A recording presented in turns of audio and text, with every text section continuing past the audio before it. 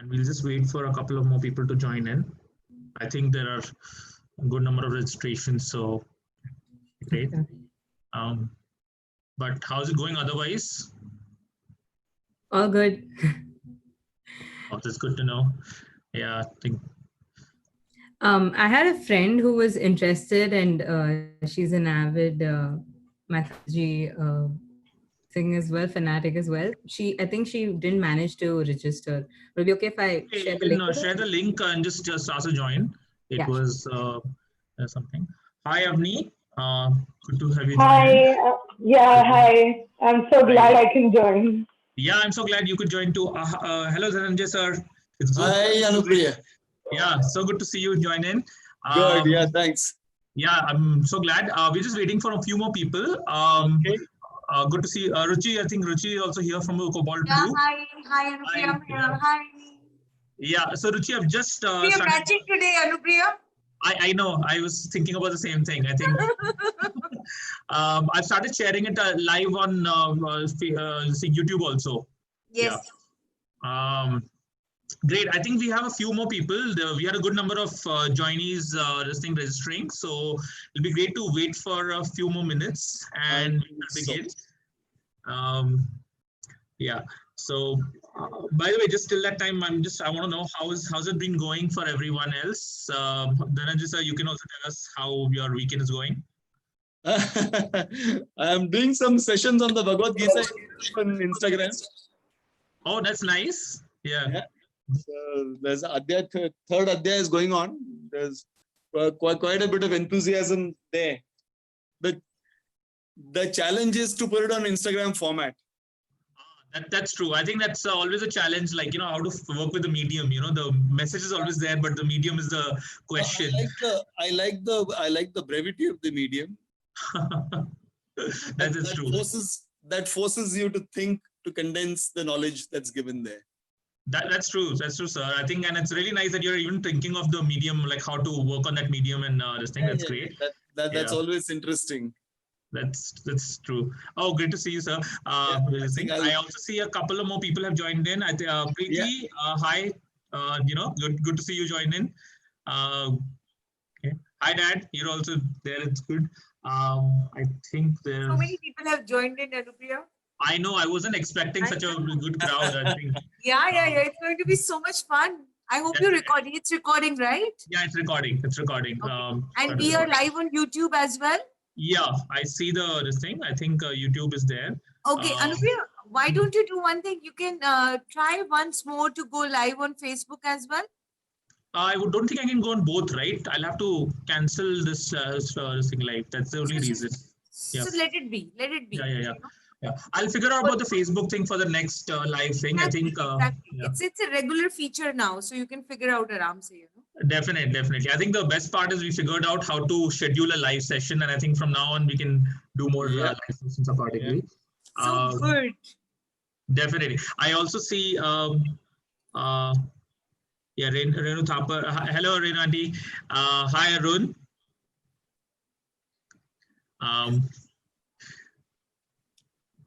So yeah, I think we have a good this thing. We can start beginning. So a couple of things before we start. I want to introduce the thing and also a few requests regarding this session. So as you all know, the session is supposed to be just an open discussion around the topic of mythology in general. This idea came from I think our discussion with Ruchi and myself, and it's something that we've been considering.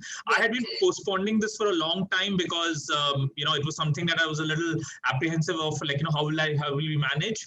But I think the main thing that came out from our discussion is mythology has always been something that is never meant for a one person, it's never meant for for mortal musing, right? It's always been something that has evolved through discussions. And given the fact that the mathematical sessions are going on right now, I think we've done 5 live sessions, and I've been getting a lot of, interesting reception regarding it. Thanks to many of you who've also been giving me like, certain, feedback and suggestions on what can you do. And that just made me think that it'll be really good to like actually have people on board and have some more discussions around it. Certain things needs to be demystified in the topic of mythology. There is this tendency of thinking of mythology as some sort of an esoteric or an academic subject. And I know we have people who are very, very well versed with mythology. Some of you are also here, and there are people who just are interested in mythology, and we're still discovering, we're still figuring it out. I consider myself to be amongst them. I don't see myself yet to be a scholar in mythology. I always call myself a mythology enthusiast rather than a mythologist, because I don't think I deserve that title yet. But then again, it shouldn't stop anyone from discussing it. So with that in mind, I wanted to have this session, this open discussion. We'll do this maybe every Saturday, every first of Saturdays of every month.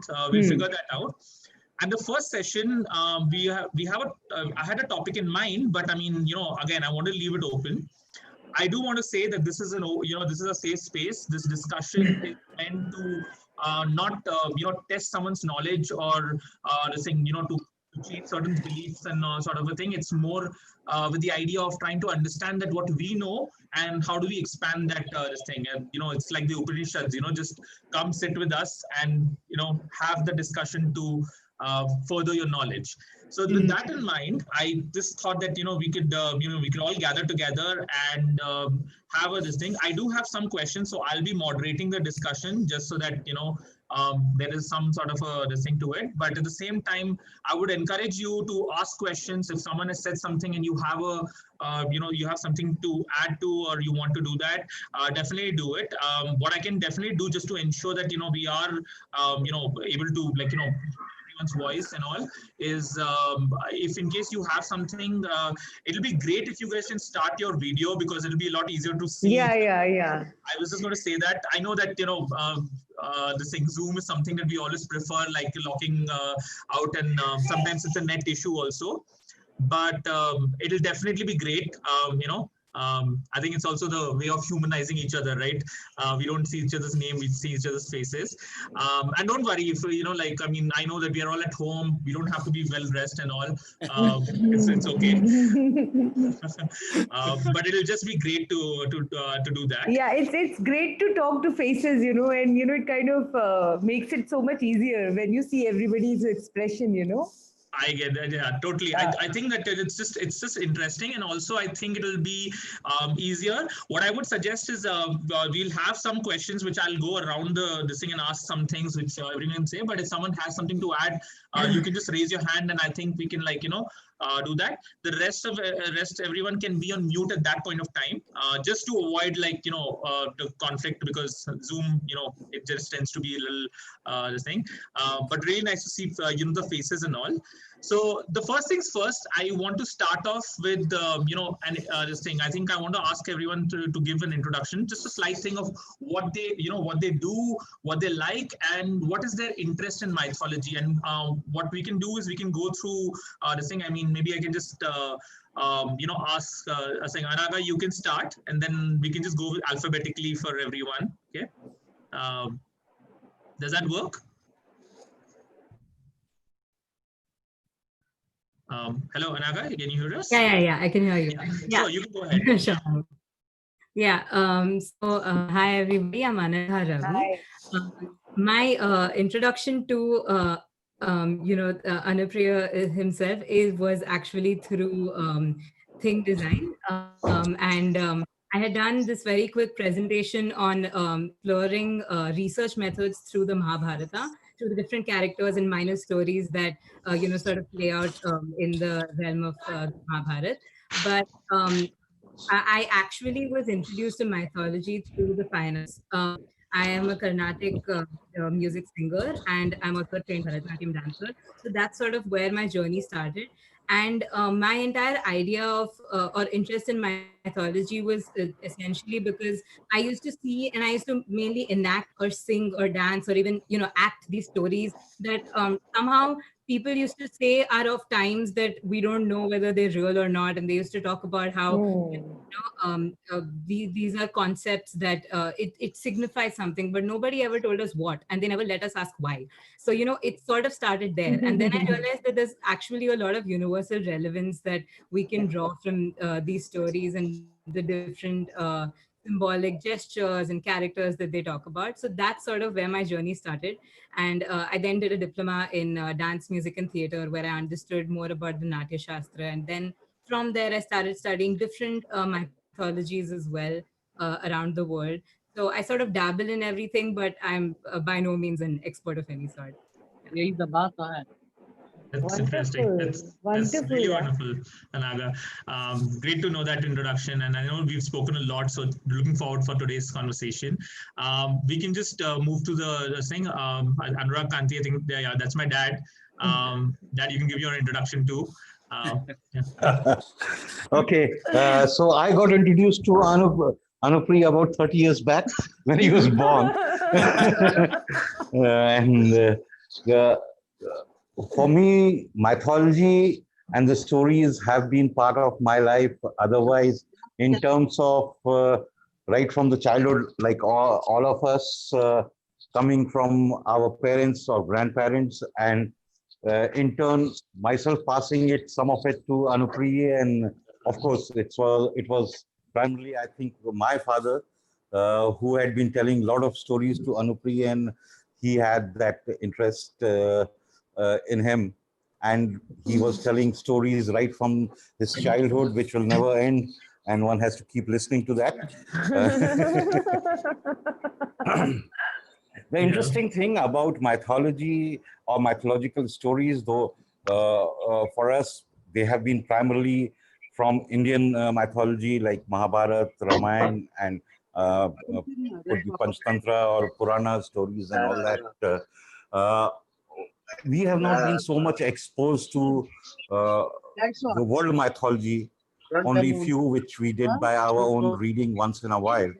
And it always intrigued how things are similar and dissimilar in different types of mythology, which was interesting.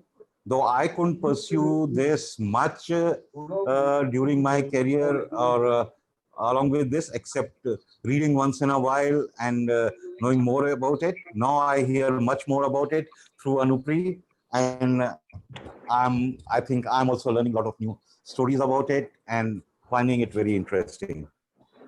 Wonderful. Thanks, Dad. Yeah, that was a good introduction. And he's right. I use this whole idea of telling stories, and I'm using mythology right now as a excuse to just engage with people. Great. We can also, I think, yeah, just following up, we have Anurit also. That's my brother. So yeah, I've kind of used my personal, equity to get people on this also. Anurit, you can give your introduction before we move ahead. Oh, sorry, 1 second. Yeah, so hi, I'm Anirudh Kanti. I'm currently a sustainability professional in India's leading renewable energy company. I'm in the sustainability and environmental field. And yeah, as my brother said, we were very influenced by our childhood stories regarding in different elements of mythology. Mostly they were Indian, only Ramayana and Mahabharata, but that piqued his interest a lot and me and mine interest as well. But yeah, it's great to hear. My brother definitely reads a lot more than me, so it's definitely it's a pleasure to sometimes hear all these stories and all, and then make those inferences with your current life and see how that is. Which is not the current life, but like different disciplines and all that. So it's very interesting to get mythological learnings from that, and I always look forward to such sessions, and yeah, waiting to hear what else comes up. Yes. Great, Wonderful. great. Thank That's you. listening. Thank you.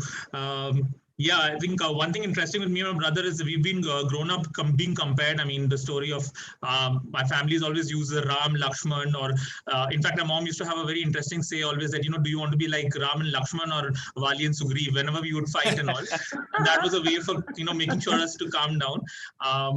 And there are times I did want to be Vali more than I wanted to be Ram, but then I guess that, but I think, yeah, that was a very interesting thing. Just moving ahead, it was a great introduction to, I think, Avni, you can, give us your introduction. Nice to see you here. Hi, so I'm Avni. I was introduced to mythology as a child. Like the stories that I was always told were always about like mythology. So when I grew up, I didn't really rely on Cinderella more than I like did on Draupadi, and that is like where it all started. And once I went into design, we were told to look at Indian design, and that sort of created more of an interest in me. Hmm. Um, Yeah. that sort of created more of an interest for me to delve more into mythology and sort of see where this Indian design and how like it has evolved and how mythology shaped basically our culture in what sense. So I'm just like I'm here to listen mostly. I'm really excited to do that. Wonderful. That's great, Avni. I mean, well, I think you brought an interesting point about Cinderella and all. I mean, the question of mythology also tends to be associated with certain types of stories. One of the Yeah. things I want to discuss is this idea that, what is not a mythology, what is a mythology and all. And I think it's very interesting where you're coming from.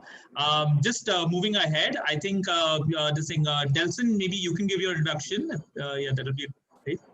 Hi guys, I'm Delson, Hi, and Delson. I'm completely new here. I was introduced to this group by one of my former teachers, Commander Joshi. I think he's your teacher as well. So I was introduced to mythology at a very young age while growing up in the US. My main interests were in Greek mythology at the time. And then when I moved to India, I was totally blind to what the Indian mythos was. So I was very, hungry for that. And as I grew up in Delhi and Bombay, I started learning about the Mahabharata, and that really inspired me to use a lot of those stories in my own works as a writer. So I've always been interested in comparative mythology, comparing the different themes and the different characters and seeing the similarities and the ideals behind those characters and stories. That's great. And I think comparative mythology is definitely something that's very interesting to people who are actually pursuing mythology. So I completely understand that. Something of my interest too. We can move ahead. Dhananjay sir, maybe you can give your introduction too. All right. Yeah. Thanks. My name is Dhananjay Joshi. I've done too many things in life, actually. I started my life as an engineer in the Indian Navy. And many years, that was many years ago. And then I left the Indian Navy to start teaching. Right. And for about 15 years, I taught in in two international schools. Right. And my journey of interest in mythology and the Puranic stories started, of course, as a child, as Anupriya's father was mentioning. Right. That I think each and every one of us, our journey started with the retelling of the Puranic stories, which our moms, dads, whoever in your family told us. Right. And for the last 15 years, I've been trying to resolve one thing in my head, which is the reason why I'm here, is the difference between myth and itihas. Why are certain things classified as mythology and what is itihas? Because this word in the Indian context is used in a very negative way. So how does one resolve that is some question that I've been trying to ask myself for the last 15 years. Right? And let's see if we can generate a debate on that first before we touch anything else. Definitely. Very nice. That's true, sir. I think that's this thing. By the way, just to this thing, Dhananjay sir used to be in in Dhirubhai school. He was a teacher of mine. While I was never in any of his classes, this thing, I used to talk to him a lot about history and all. And I think we reconnected just a couple of years back when, again, I think I was working with Cobalt Blue, and I think we kept missing each other and meeting up and all. But this topic about how we're discovering mythology and a lot of debates and a lot of questions that came in.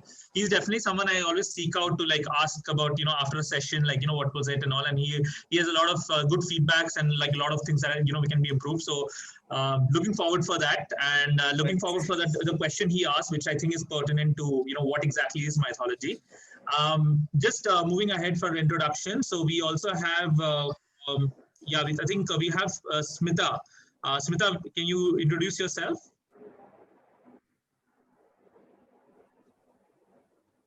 Smita, I think you're on mute. Hello, everybody. I'm Hi, Smita from Singapore. I'm into global e-commerce business and tied up with some MNC companies and doing the global marketing for them. Oh, that's great. That's great. I That's was great. connected by Ranjina. Oh yeah, yeah. I was saying, Ranjana, that's my mom. I guess Oh, again, the good thing of referrals is that people are joining in. So nice to meet you, Smrati. Yeah. So just going ahead, Preeti, maybe you can introduce yourself. Yeah, hi. I'm Preeti. I'm a content creator. I met Anu back in junior college, and I've been following what you've been doing through Cobalt Blue. It's pretty interesting. I think for me, my journey with mythology has started at home because the texts, Rama and Mahabharata, were introduced at a very, very young age, and my grandfather used to read me stories every night. So that's where it started. And my journey with it has mostly been through fiction, which is interesting in a way because I feel like every part of fiction is kind of derived from some fact. So that's where my whole fascination with mythology started. And this is really cool. I'm really excited to see what you've got in store over here. Definitely, Preeti. Preeti is also a traveling, as she's a content writer. She's a travel vlogger, and she has a good following there. I think you all should check out her this thing. I keep following her actively. What's very interesting is the countries and places she's traveled to. She once I met her, she was talking about the historical and the mythical overlay that has there. So looking forward to see her opinion on some of the things because that will also be very interesting to know. Just moving forward, yeah, I also have Varnika. Maybe you can introduce yourself. Yeah. Hello. Hi. So I'm a second year finance student, and my introduction with mythology, like everybody, is started from home. I think myths are a way to live a culture, a particular time, without actually being there. Because mythology is made by a culture, while fiction is written by one person. That's interesting. That's an interesting definition. Very, very interesting definition. Yes. Yeah. I would love to discuss that more. Definitely, we'll this thing. But thanks for that introduction. We also have Renu Thapar. Yeah, Renu, maybe you can introduce yourself. Hi. Hello. Hi, I am Renu Thapar. Same as we were introduced to mythology right from the childhood. My parents used to provide a lot of mythology books, and Anupri has made me curious to learn more about other mythologies, and maybe stories or maybe facts always help me to deal with the day-to-day problems in life. So I want to learn more about mythology. Thank you.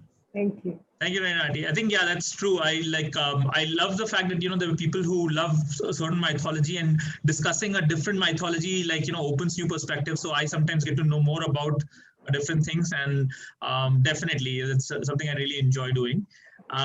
Yeah, we also have Miral Buttada. Maybe you can introduce yourself.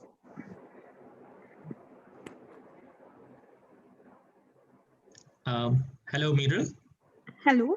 Yeah, yeah. Maybe you can introduce yourself to the group.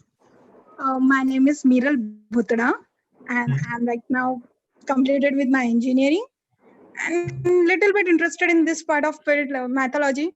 Just everyone came to know from home, and I love to just get more informations regarding our past, what we were, what we had. So just join this to know more about it. That's it. Thank you. Great. Wonderful. Thank you. Wonderful. Thank you. Yeah, we had a couple of more joinees that had come in. Aditya, this thing, maybe you can just introduce yourself to the group before you. Yeah, surely. Just give me a minute and I'll be with you. Just a minute. Oh, sure. We can move ahead to you Arjun. move ahead with someone else. Yeah. Yeah, Arjun, maybe you can introduce yourself and what you like about myths in general.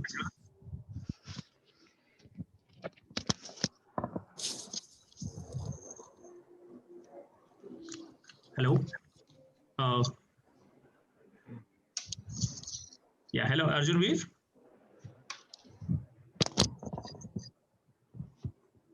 Okay, I think there is a lag there.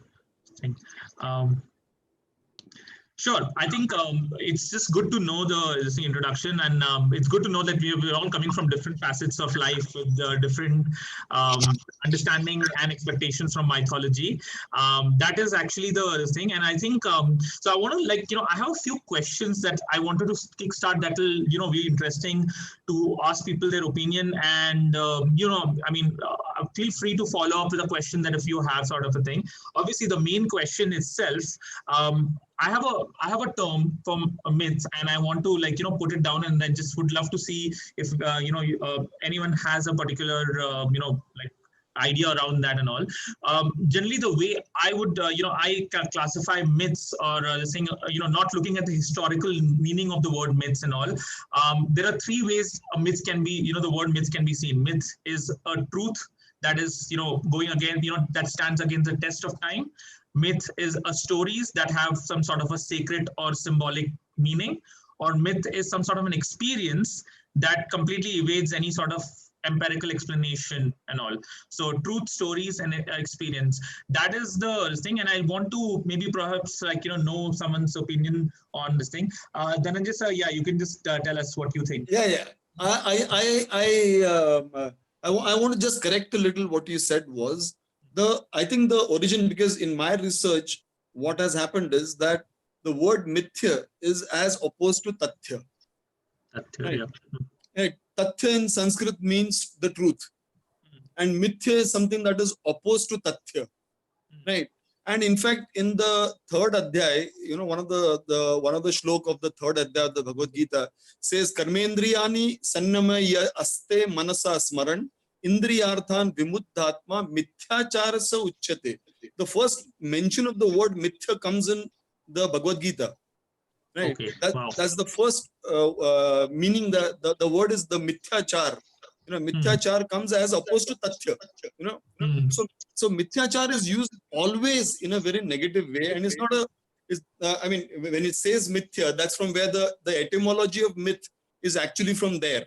The etymology of the word myth itself is from there, because it has a Sanskrit origin which says mithya, and Sri Krishna says it as mithyachar sa uchyate, which means actually the context there in the context of that shlok is that the one who is restraining himself from taking action but is still a slave to his senses is a hypocrite. That's what that Sanskrit shlok just means. So the entire thing is in a very negative way that the word mithya is literally calling someone a hypocrite is what is mithya. So mithya has got a connotation of untruth to it. That is okay. So that's my point number one is that. And secondly, I find I'll just take 2 minutes more. Sure, go ahead. Don't mind this. And when we were researching for our history book, which we did on Operation Red Lotus, it's called Operation Red Lotus. So about 8 years ago, when we were researching for that book, we found that most of Indian history is living history. We as Indians don't consider our history to be dead. Right? It's not something. It's something that lives with the people, and therefore the emphasis in our context is a lot on word of mouth kind of history. Right? Word of mouth kind of history lives with the people. So something that's not there in the textbook is there with the people. Right? Okay. So a lot of our things are carried forward by word of mouth. Right? And something which is very different from other civilizations of the world, where history is something that's written because it's dead and forgotten. For us, the word itihas is something that happened now. It's still happening now. Right? Itihas. So therefore, I am yet to arrive at a conclusion of what this word mythology really means, because I think there's a very, very negative connotation to it. And the earliest, like I said, the earliest reference to it for me I found in the Bhagavad Gita. Right? It talks about mithyachar. Right? So mithyachar is opposed to tathya. Right? So the other points I want to raise at the beginning, and I'm yet to arrive at a conclusion. I'm trying to figure this out for the last 10 years or 10 years odd, right? And I found, and I find this very conflicting, in India, because we live our history, right? There's so much of history which resides with the people. Many, it's not there in the history textbook, because so-called experts write history books, right? And when you write history books, you leave out something. You leave out something that is inconvenient to you. You leave out things which are inconvenient, and then you put the things which are convenient to your narrative that you're trying to peddle, right? And there's a lot of history with the people, right? So therefore, when you say history, for us it is itihas, and itihas is something that is living. It's happening now, right? That's true. Yeah. Okay. So yeah, someone else can take on from here. definitely, Dhananjay sir, that was very interesting. The etymology of the word myth here and all. Does anyone else wants to add anything about the word myth or this thing? Yeah. I mean, perhaps maybe we should, regarding the etymology of the word myth itself, whether it stems from Bhagavad Gita, or maybe like a Google search would kind of say it comes from the Greek word of that, some other, it's got a Greek etymology. So maybe we need to probably understand historical narratives better to see whether etymology really originates from. I mean, maybe the whole mythology is based on the fact that it's a narrative, and that can have origins from anywhere in the world, and maybe taking a step back and seeing that whether these origins are maybe from one. I mean, it's a bit debatable to the etymology of the word myth, because that's what I feel in terms of, at least because in the liberal arts background which I have, we had to it was important to sometimes look at even existing narratives from a multidisciplinary and multi-contextual space, where you see it from not just one origin, but like it can have multiple origins. And then so maybe I'm not sure of whether the Greek etymology is the one which is accurate, or the Indian one is accurate, or whether there was some other etymology altogether. It all depends a lot on power structures which shape the world and shape these historical narratives, which kind of like give like myths that origins from countries and all. But maybe it's better to understand those perspectives as well before Definitely. I think the words have power, and words have a political, connotations too. I think, as Dhananjay pointed out and Anuruddha, you pointed out, the word myth and, the mythia and mythos may not be, I may not actually have the same origin, but have similar sounding words. Mythos meant anything narrative. Mythia, as, Dhananjay sir pointed out, came from a word of, hypocrisy and all. I think what's also important to just remember is that while obviously we are all exploring the word, I'd also like to know what is your personal interpretation of the word myth, or this thing. And when you think of the word myth, what comes out? What is your emotional relationship with that term itself? I mean, I do understand that there is this thing. You can also tell about your understanding, as very well, Dhananjay sir and Anuruddha have spoken about it. And this thing, Aditya has also written about the idea of myth and mythology itself. Does anyone else have this thing? Your own. Good evening. This is Vijay Ravi, and I joined a little late. So I'm also from the academic background, and I would not take much time for the introduction right now, because as you have given the question here, so what myth means to me, so since I have the background of a little bit of research, so I think that myth is something which is applicable in every field. Okay. So even if you take a small experiment, like you say that, have sanitizers manage to destroy the germs on your hand, we first start that with a myth or a fallacy, or what is it? So you can say that myth has been something which has been it has been like explanations which were given about the universe or the cosmos, or fundamental theories or fundamental. So, but you have some other aspect which is going to make it more reasonable to believe. That is the scientific side. So myth is something you just go with, and you just take it as it comes, because it's passed down from word of mouth, or there are different ways people hand it down. There is no way you can, as Mr. Dhananjay rightly said, that we are probably living those times still. So there is no way you can go to that time. It is like timeless. It has never changed. But there is nobody to still go against it and prove something out of it. If you bring some scientific theory into something, then you try to analyze, experiment, and critically think that, this may be true, this may be false. Science changes with time.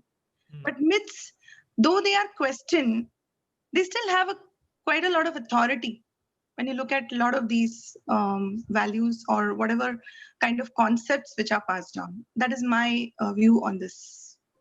That's interesting, Ms. Vijay. I think what you have brought out, one aspect that we were not considering is myths don't always have to exist in the terms of the cultural myths that we existing. In comparison to science, the question that, what exactly is the scientific fact? What exactly is a mythical fact? And I think that's something we should always, it's an important thing that we need to consider. I do, I do understand the point of myths being timeless, which is an interesting aspect, right? If you think about it, the myths, the terms itself, myths may change. They have variations, right? But at the same time, there's something timeless about it. We all know the story of Ramayana and Mahabharata, probably different versions, but we do feel that we know it, right? And I definitely think that's an interesting thing. Dhananjay sir, you have something to say. Yeah. Sorry to interrupt you, Anupriya. Right. I think one of the nicest thing that was said about our stories. Essentially, you're talking about stories, right? The moment you stand in judgment of anything, then you lose the plot. Yeah. So my reading of this, my reading of our stories and whatever is that the moment you stand in judgment of let's apply a scientific template to it, let's apply Indian template to it, let's apply this, you are standing in judgment. And the moment you stand in judgment of it, then you lose the plot that the story is trying to tell you. The story is trying to pass on a value. The story is trying to weave a plot into a, which might give you some value, and the moment you stand in judgment, you take away that value. So that is my, sorry for that interruption. No, definitely, that's a good point. As soon as we bring our own judgment or templates onto a story, we have this thing. But I think it does happen. It does happen a lot often. We do that. I think it's a very human this thing, right? Anaga, you have anything to add, or do you want to say something to this? Yeah, I did. I actually adding on to what my mother and Dhananjay sir said as well. I think the idea of myth is essentially something that is open to interpretation, and I think this brings in the question of, I think this was like your whole opening statement for this entire discussion, like what a myth, right, or what is a myth?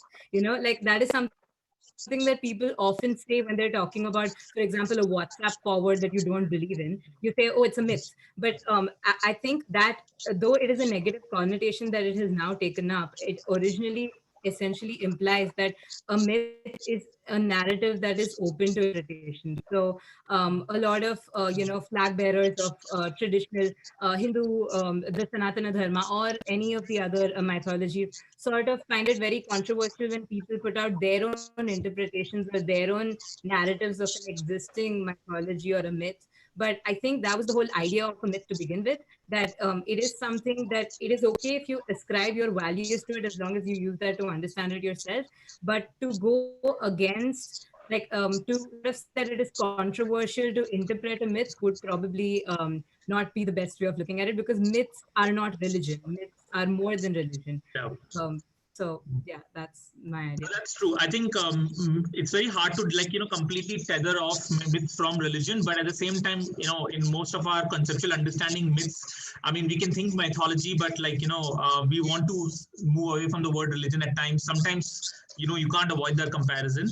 But that's an interesting point you mentioned. I think one of the things you mentioned about the negative connotation, I think that's a very interesting point. I think, as Dhananjay sir had started off the point about the word, the negative connotation with myths, obviously coming from the Indian, the Indian word, this thing, myth here.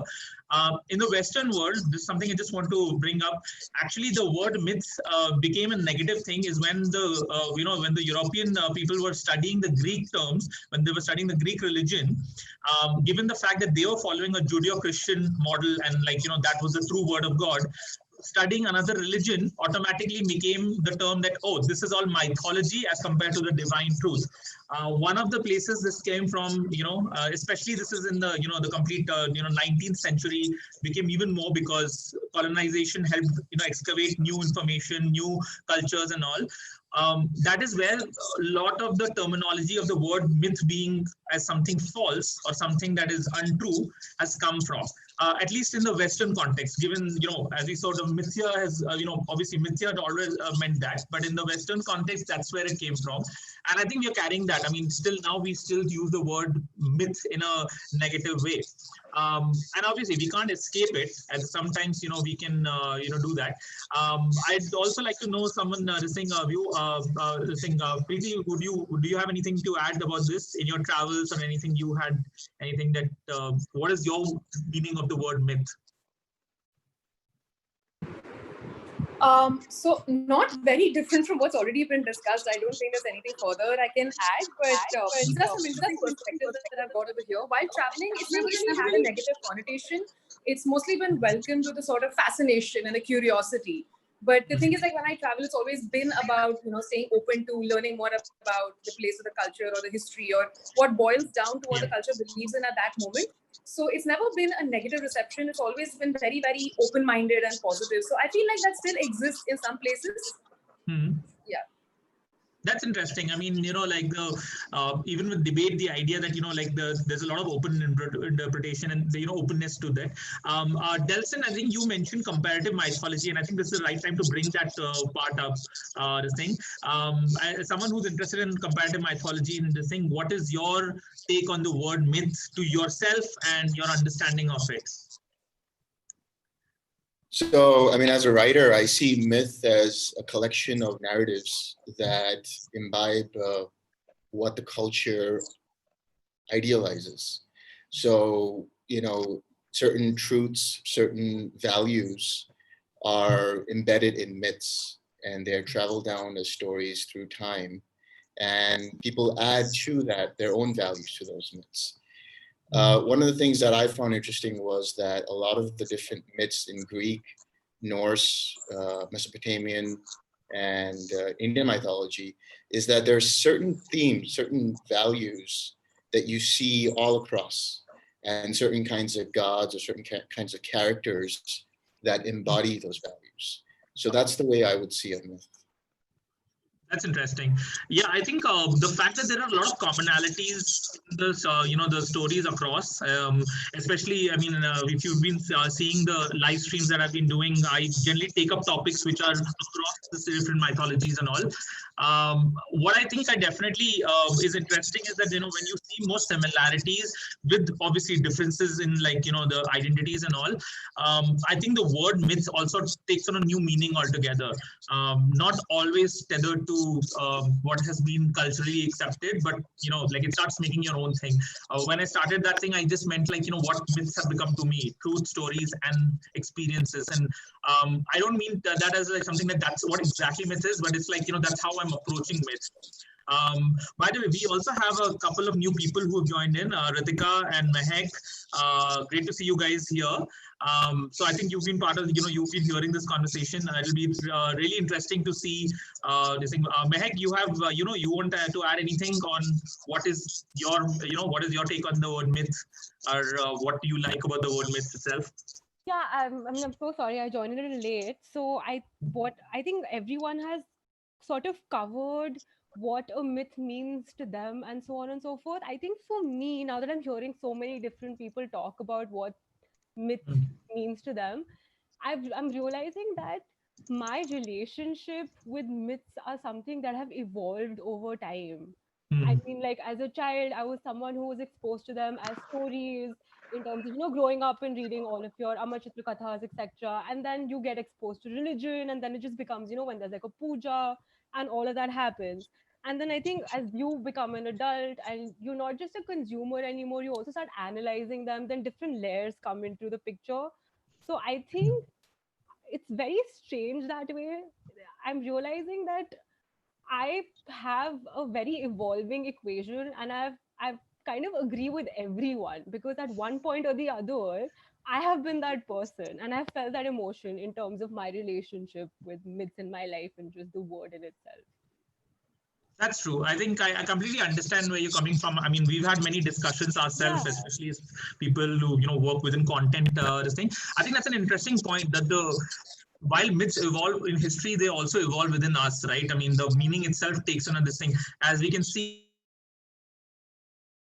in years, he's still not finding that one, like a very convincing argument of what myths should mean. But at the same time, it's changed, sort of a thing, and we all have a growing, relationship with that term itself. Ritika, do you have anything to add? This thing, I know you also have been speaking of this area and all your interests, and what is your understanding of myth itself? Hi, Anupri. Hi, everyone else. It's a pleasure to be around. Actually, I have just had a death in my house like 5 days ago, and there are I just can't help but just think about all the rituals that are performed when a person dies, and there are. The rituals, they say that it's written in the Garud Puran, that is a book which talks about a lot of death rituals, and where a person goes after death and how a person is after death, and what should you do for the person to get moksha, even if the person has not been nice on earth, and if you do certain rituals, the person can get moksha. I mean, there are lots of so I don't know whether it's a myth, it's a reality, but it's all written. Uh, so is the written word valuable enough to be considered? I don't know actually. Do you understand what I'm trying to say? Definitely, Ritika. I think you just got an interesting point about myth becoming very real. So definitely, I think that's a point to bring. Yes, Dhananjay sir, you have. I mean, I was just answering her that I think I was just answering you, Ritika. Right? You should never believe. We have never been a nation of believers. We've always been a nation of seekers. So all of our stories are about questions. I mean, the Bhagavad Gita is only about questions. Right? Yeah, So true. therefore, never believe anything that's written. So yes, so ask questions, and when you ask questions, you get answers. Right. So that is what that is we of all the readings that I have done so far, we have always I have come to this one conclusion that I hate to use the word religion because it doesn't apply to us, right? As Hindu, it does not apply to me, right? So therefore, we've been someone who always been seekers, and we have never been believers. There's never a set of rules that we need to follow. There's never a set of circumstances. So ask as many questions to satisfy yourself. So therefore, in this, in this context, when my father passed away, there are hundreds of questions I needed to ask. Right. So I asked them, and therefore, they're not all the people who are doing rituals are learned people. So therefore, your questions continue. The questions continue in your head. Right. You come to a point where you say that, okay, this guy doesn't know anything, but let me find out. And then the journey begins. Because there are no easy answers here. Absolutely no easy answers. Right. But my exploration in death is very, very recent, and it's very, very new. And I haven't really given a study about. Just give me a moment. I have a child with me. Yeah, I can understand that. Yeah. So I was saying that I don't really know whether whatever is written. See, I am only hearing what the Pandit here who performs the rituals say. That's And right. he's reading out the written word. That's what he claims. That's right. And if he is reading out what what is written, then is the ancient word a truth or it's still a myth? Is what my question. Yes. Yeah. So I'm answering exactly that question. So you should not believe anything that is written. till you satisfy yourself. Okay. Right. So that is the founding principles. The founding principles of Sanatan is exactly this: that don't believe things that are written, because the written word can be changed. You satisfy yourself, and come around to your own conclusion. There are no dictats here. There is no written word. Right. So you satisfy your curiosity in whichever way you want to, and therefore let's all embark on this journey of asking more and more questions rather than believing something that's written, because we are not a nation of believers. Right. Okay. Yeah. So yeah, I think this goes to one of the questions I had. I think yeah, there are a couple of people I just wanted to ask their opinion also, just to like just the thing. Just saying, Ms. Renu, like, can you do you have anything to add about what is your this thing? I know you're interested in mythology, but what is your take on the word myth? This thing. Do you have any opinion on that?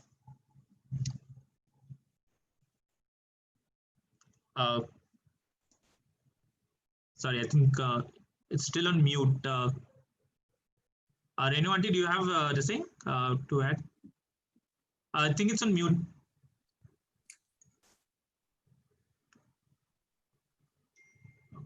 Can I go? Sorry.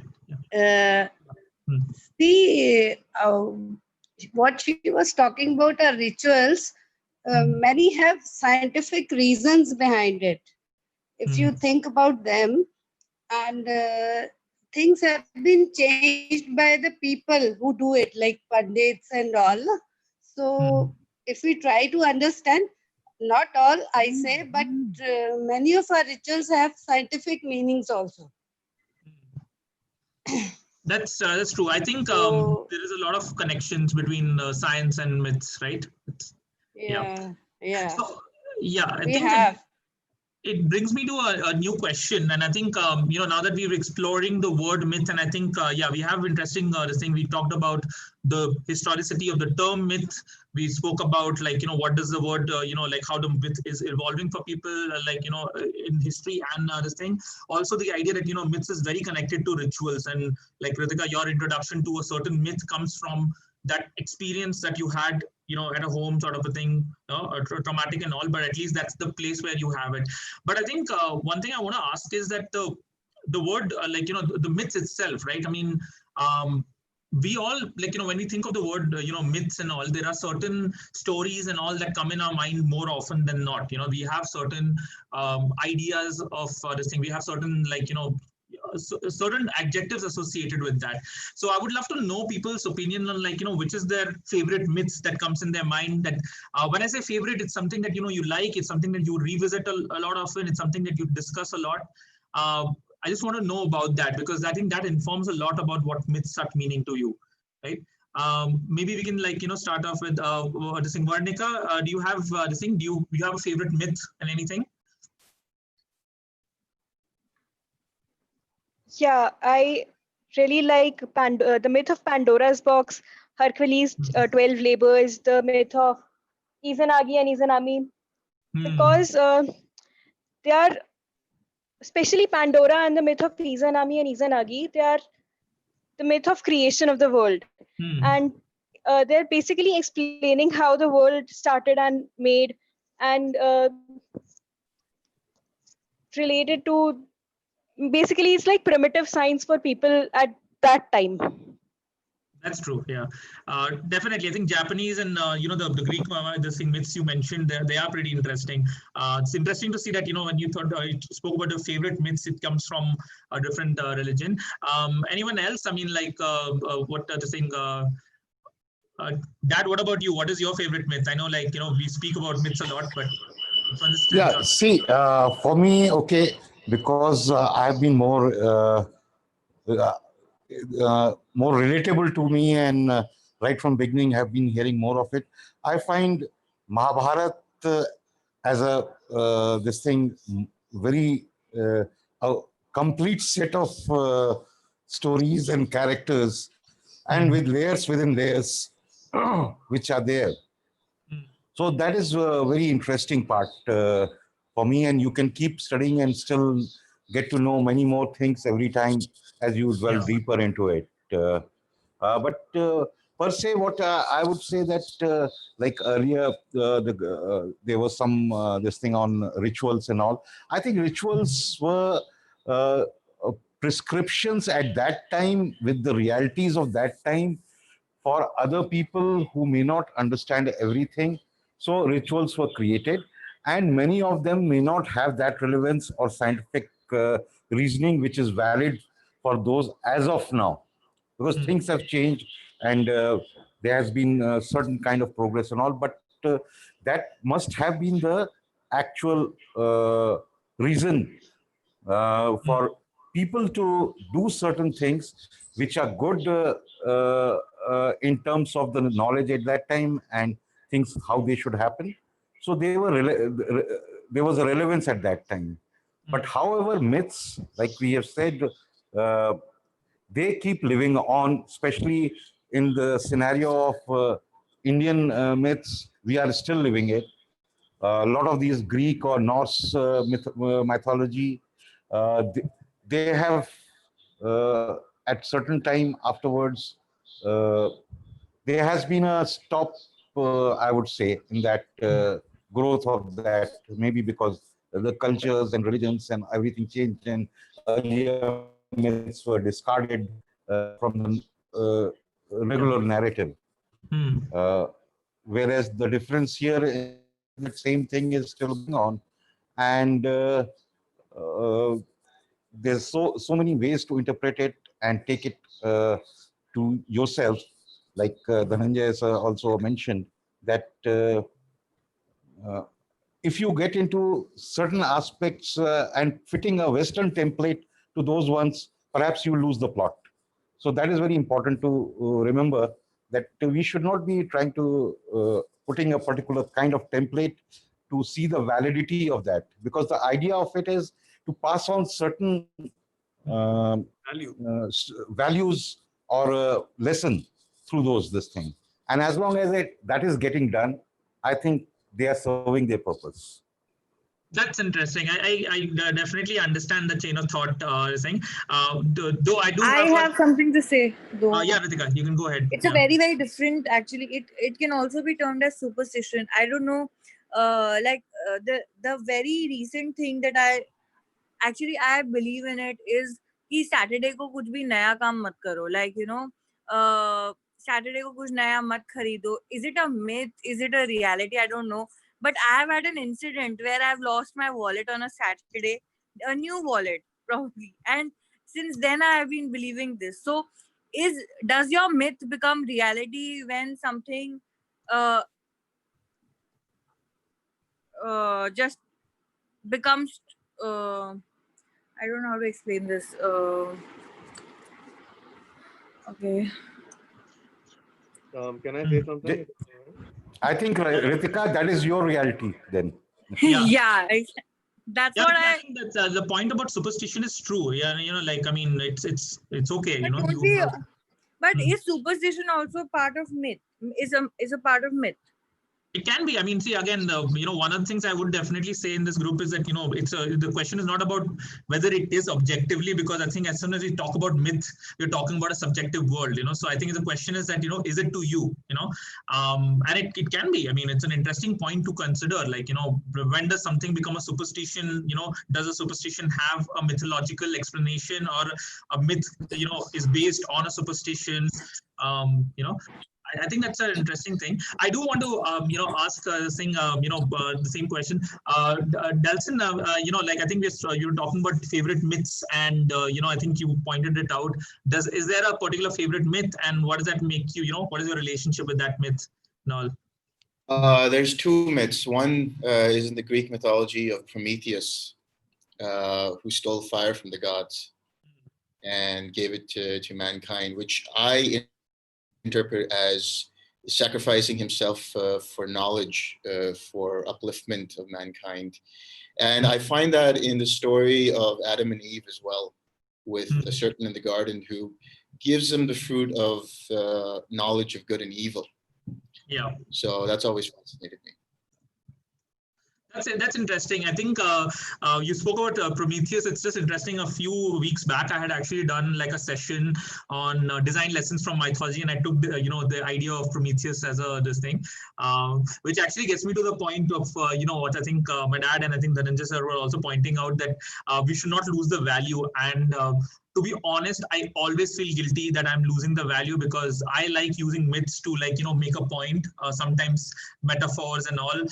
In the topic that I was talking about UX lessons, design lessons from mythology, I was using designers as Prometheus fighting the big bad, this thing, which was really fun for the designers. But I was pretty sure there's going to be someone in the audience who's going to be like, you completely ruined the story of Prometheus and the fire thing. But I think that's the thing. I mean, I do understand the appeal of that story and the creative liberties that we sometimes take to have a meaning.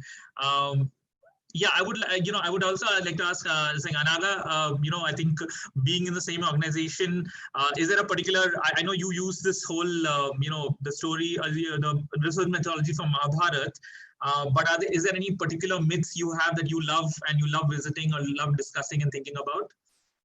I think the myth that I really love discussing is actually the Ramayana. And I know it's a very cliched answer to give, but the reason I like discussing it is because I think it's one of the most, it's one of the first stories you tell a kid, and you talk about like an ideal man and who his wife is, and why why they were separated and what happened. And there are these certain I think the value system that is propagated through the Ramayana is like very key, and I think it is also a very controversial one.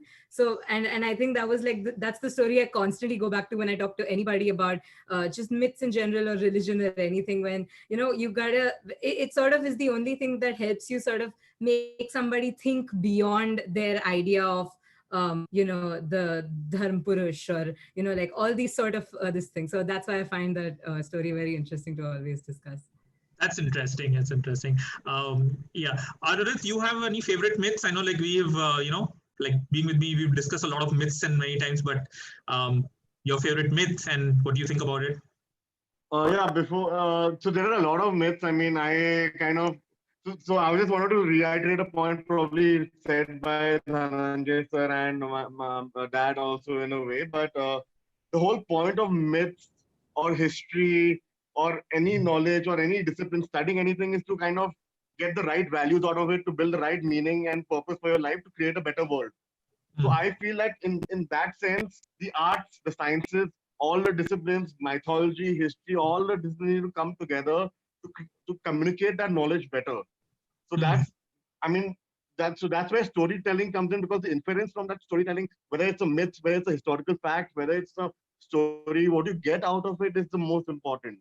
So that's why I appreciate kind of getting into different lenses of looking at the world, and the mythological lens is definitely a legit lens, but there are some issues also which come from just kind of using those mythological lens or rituals as prescriptions, like you follow things blindly, and if you look at lessons from Ramayana, there are some patriarchal elements to it, obviously, and all, and lessons from Mahabharata. I mean, there are a lot of things wrong with the existing mythology. So the fact is that you should be like whatever you like, it should be teaching you the right inference, like, I mean, you should be inferring the right values from it, and working together to kind of communicate that knowledge better to the world for the right purpose. So I think in that sense, there is no mythology which I feel is like a one wand. I mean, each mythology has so many different aspects of philosophies and values to it that there are some.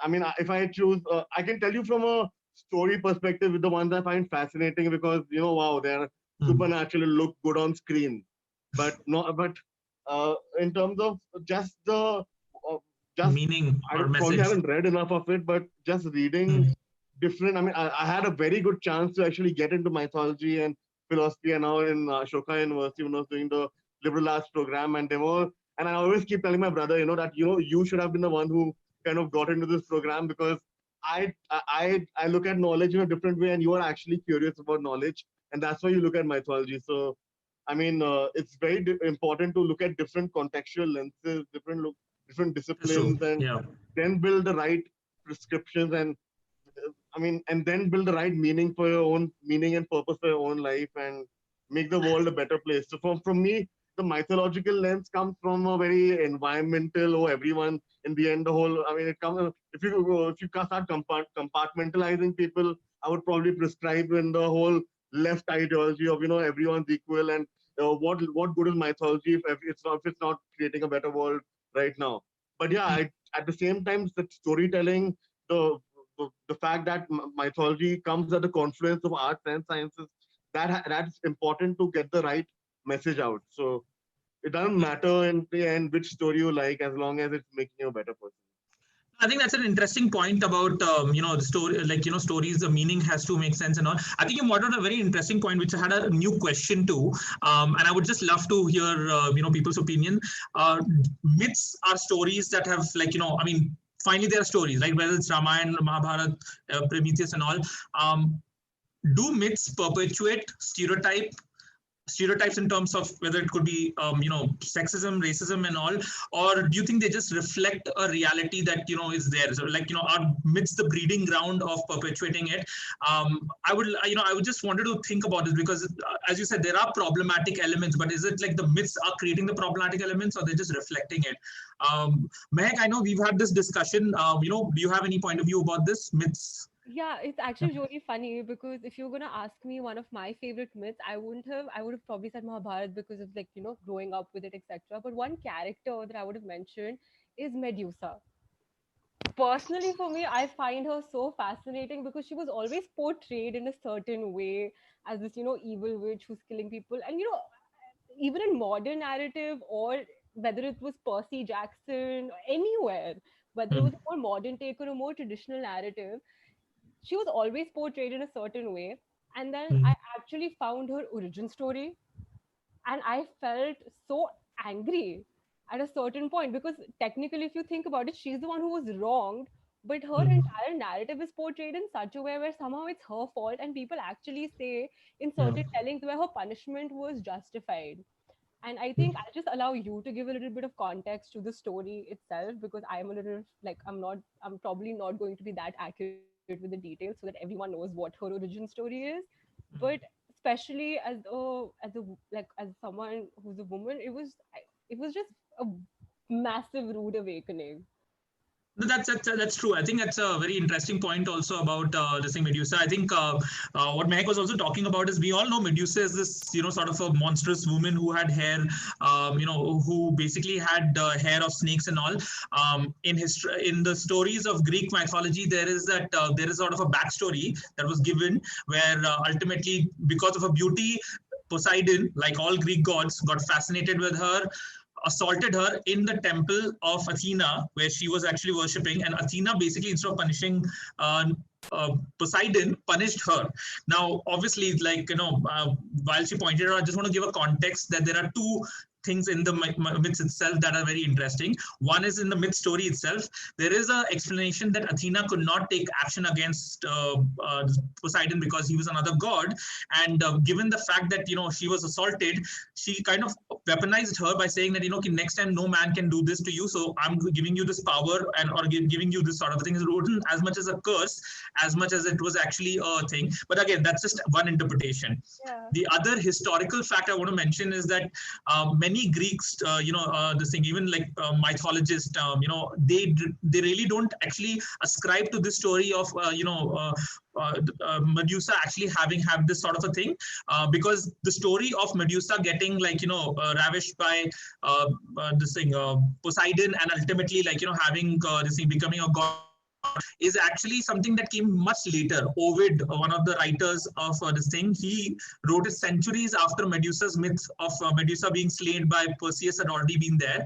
And Ovid is known to have this problem. He had a problem with a lot of gods. He hated the gods. He thought of all the gods as these arrogant kings or arrogant powerful beings who just had this sort of a thing. So many of his stories, Ovid's this thing, Metamorphoses and all, many of his stories have these idea where gods, gods and goddesses are basically big. They're very douchey. You know, they're behaving in a very bad way.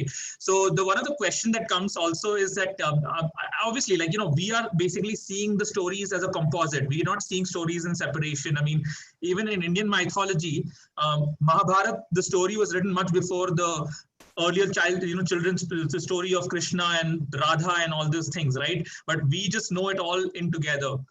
So I do understand that, and I just wanted to provide this context because it is an interesting point, because, you know, like the emotional reaction, Mac, you're having towards a particular story and all is still legitimate despite whatever the history may be. You know, I don't think the idea that, oh, this is just a variation or Athena had a particular different intent I don't think they're justified enough to, like, you know, make you feel differently, you know. And also the reason this is very interesting for me, because, you know, when we're just talking about compartmentalizing narratives and having different lenses, it's just that this was a character who was always portrayed in a certain way. So for me, it was a shock to even discover an alternative that existed. And that's the origin story. So I think just the contrast in itself is what made it stand out even more for me. That's true. Yeah. Very quickly. I think that this is exactly, and I'm very glad that this was brought up, because this was also one of those things that we were again brought up being told that, oh, she's like such an evil person and all of that. And then we all, I think, at some point come to, it's almost like how you find out about Sigmund Freud. Initially, they tell you he's the father of psychology, and then you find out the kind of person he was, and we were like, whoa. Yeah. So yeah, like that is sort of my fascination with the Ramayana as well. But coming back to the question that you brought up about, you know, myths being, are they really a reflection to society, or are they like a completely compartmentalized narrative? I think myths might start off based in a certain belief system of the society. So yes, they are a reflection of the society, but what is problematic, or what really defines what a myth becomes, is how it is propagated after that. For example, in this origin story, it started off as being something in keeping with the belief system of that society.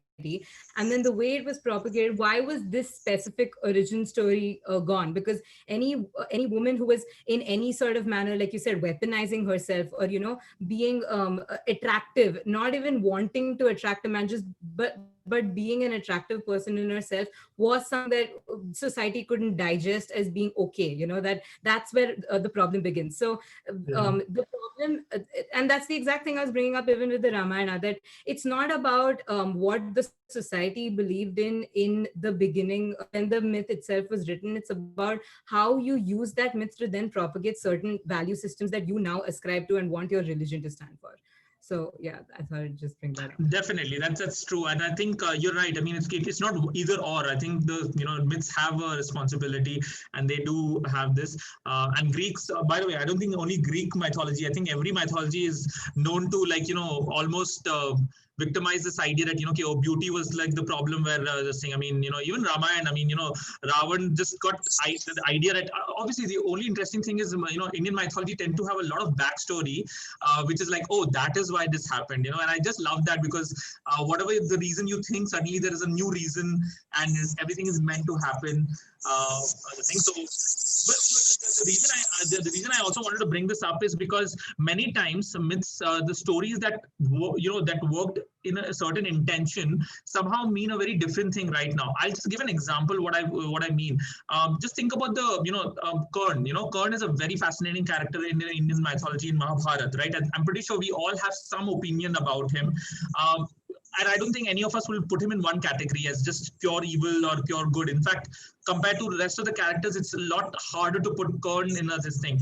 Our culture and even the stories tend to celebrate his friendship with Duryodhan a lot, right? I think that was very interesting because, the more I think about it, Karn, one of his main, one of the stories is that, he never stopped the whole disrobing of Draupadi because, he didn't speak up, right? And it just makes me think about like, the current culture, like, especially the whole Me Too movement where like, this whole bro culture or the idea of toxic masculinity where like, when men don't speak up for another man, when another man is doing something wrong, makes me wonder that, is it because, our culture celebrates this kind of a thing, or we are, we kind of valorize the friendship, even though the mythology itself was talking about the downfall of him, the limitations of loyalty and all. But I mean, like at some level, their friendship was seen in a very positive light. And I just wonder that, is that a reflection of a society where, men tend to group together, even when one man has done something wrong? Again, that's just a, question, but it made me wonder about this, that, like, I mean, do we tend to take the wrong stuff from a mythology and like, ascribe it to a culture, or is it the other way around? I would love to know this thing, someone's opinion. Vernika, do you have anything to add to this?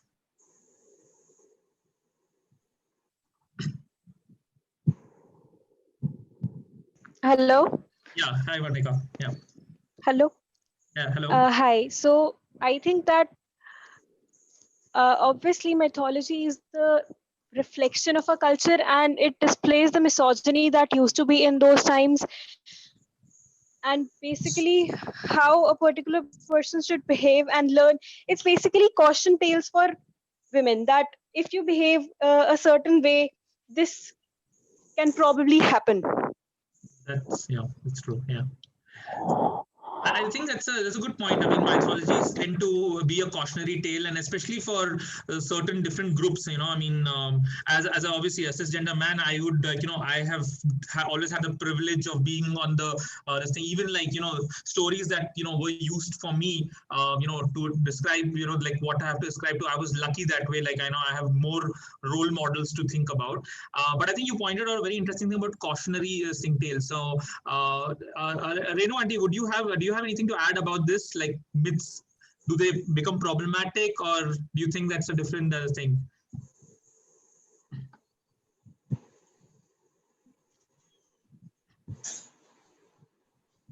Hello?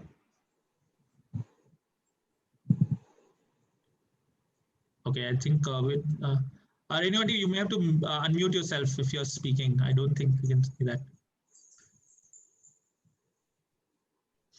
Okay, I think it's stuck. This thing. We can just move on to this thing. Avni, do you have anything to add about that? About this thing? Your perspective on this?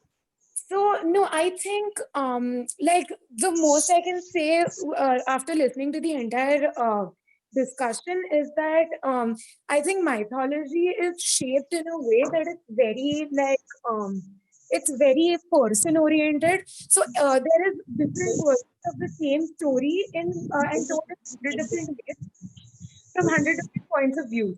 So, like the Ramayana itself has 100 different versions. So, I think when we think of a story, just believing that one story is the tell-all, or like just one version is the correct one, or even believing that version is sort of it doesn't fit, because the thing is you can empathize with any character if you choose to. Like the Mahabharata can be told from Draupadi's point of view, and it can be told from Duryodhan's point of view, and like it can be right both ways because it's extremely subjective. So I think I agree with the fact that like we need to derive what we believe in from these mythologies more than anything. Like yeah, that's all I have to say. I find it very interesting that you brought up mythology being, like these stories being told from different point of views. When we were studying a lot of Sanskrit drama, we realized that there is, I'm not very sure, I'm confused between two titles, so I'm not going to give you the name, but there was a Sanskrit drama that was actually telling the entire Mahabharata, or mainly Duryodhan's lifespan from his point of view.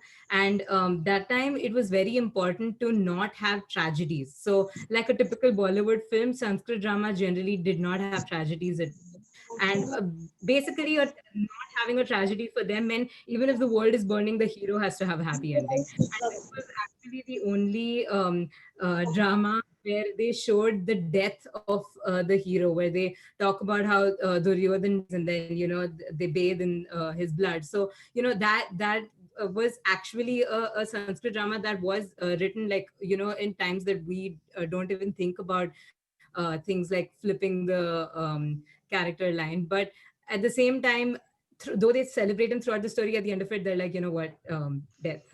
That's We'll just true. end. Yeah. So, Yeah. yeah. That's interesting. Yeah. Aditya, do you have anything to add? This thing, I don't think we've heard from you. Okay. Actually, I would love to go back to 70s rather, when I've actually seen what I used to see only in the northern sky. I'm talking about the polar bear, the Saptarishi Mandal, what we know as. I have seen that uh, reflection on the earth at about 22,700 feet high on the Indo-Tibet border. There's a peak called Saptabindri Peak, which is named after it. And I've really seen, and then I was told by the local guides out there, that these 7 peaks are nothing but they're exactly in that shape of Saptarishi Mandal. And if you notice the 4th star, when it forms a trapezoid on the top, the 4th star which connects with the tail, that is actually low because it is also a very dim star out there if you look at it. I was so surprised. I was amazingly surprised to see that. And then uh, the mythology which goes behind that peak was that when Lord Shiva was running, when Bhasmasur was chasing him, he found this place a safe place, and he hid himself there. And these Saptarishis were all surrounded him, so that when the Bhasmasur came and it is told and had a look at the rishis are there in the tapasya, and so he gone away. I mean, it was sounding as if a kind of a screenplay which was written on the earth out here and is reflected up in the sky there. It was such an amazing fact which has unfolded that I had to believe. So the term, what we call as mythology, can be looked at by various people, by various angles, with their opinions added, or the things which you follow over the centuries. My conviction ever since after that was that whatever we follow, what our elders did, cannot just be a myth. It has to have certain facts behind it. So I believe in mythology as most of it, not just a characters or just a story or a screenplay which is told to the people in the generation next, but there is something, because otherwise we are humans, we have our own brains and we have wisdom, and we just don't follow anything blindly. We can follow what our parents ask us to do. That's different. That's obedience. But following something with some trust, and when you are grown up enough to understand things, to analyze things, and yet you follow it, why certain people still go for worships no matter to whichever place according to their beliefs? Yeah. So definitely we need to explore the myth behind the mythology, understanding of mythology. So the certain things in my belief are no more mythological if the certain facts have come about. That's what I need to say. That's interesting, Aditya. I think what I like what you said about myths behind mythology. I think that's something that we need to constantly explore. One of the things I think as someone interested in mythology, and most of us, what I struggle is like myths mean different things for different people automatically. As you said, like there are people who I meet a lot of people who are I'd say avid believers. They may even they have like I mean like I have people I met who are who've come to me, ask me for a particular story because they like the Shiva, and like, they were trying to make a tattoo or something, and they just wanted to get something right. But it's like the story doesn't matter to them as much. The belief matters more. I think story is just helping them reaffirm some of their beliefs. So that's definitely an interesting thing. I see this thing. I think Sandeep has joined in. So Sandeep and Ruchi, they're the co-founders of the Cobalt Blue. It's very interesting to have them here. So I think so Sandeep, we were just having a discussion about the idea of are myths problematic? I mean, are myths perpetuating the stereotypes? Do they end up stereotyping, or do they just reflect a reality that is there? And we got some very interesting perspective. This thing. Would love to know yours. Do you have anything you want to add about myths? Self. Um, Hi everyone. I'm. Sandeep, we can't see your video. Yeah, I am actually 1 second. Yeah, Sandeep, we need darshan. That's where we We need. yeah. Darshan is very. My face is coming like a mythological character. It's too dark. That's good. Yeah, Sandeep, go ahead. Okay. So yeah, so well, I've just joined, so I missed the earlier discussion that everybody was saying. So I am my thoughts could be non-coherent at this stage, but well, we talking about myth and mythology, right? Yeah. Myth in mythology, right? And Yeah, we were just discussing what does myths mean to you, and the question that was floating around was, are myths problematic at times? Do they perpetuate stereotype, especially characters and sort of a thing? So, what is your take in that? Do you, yeah.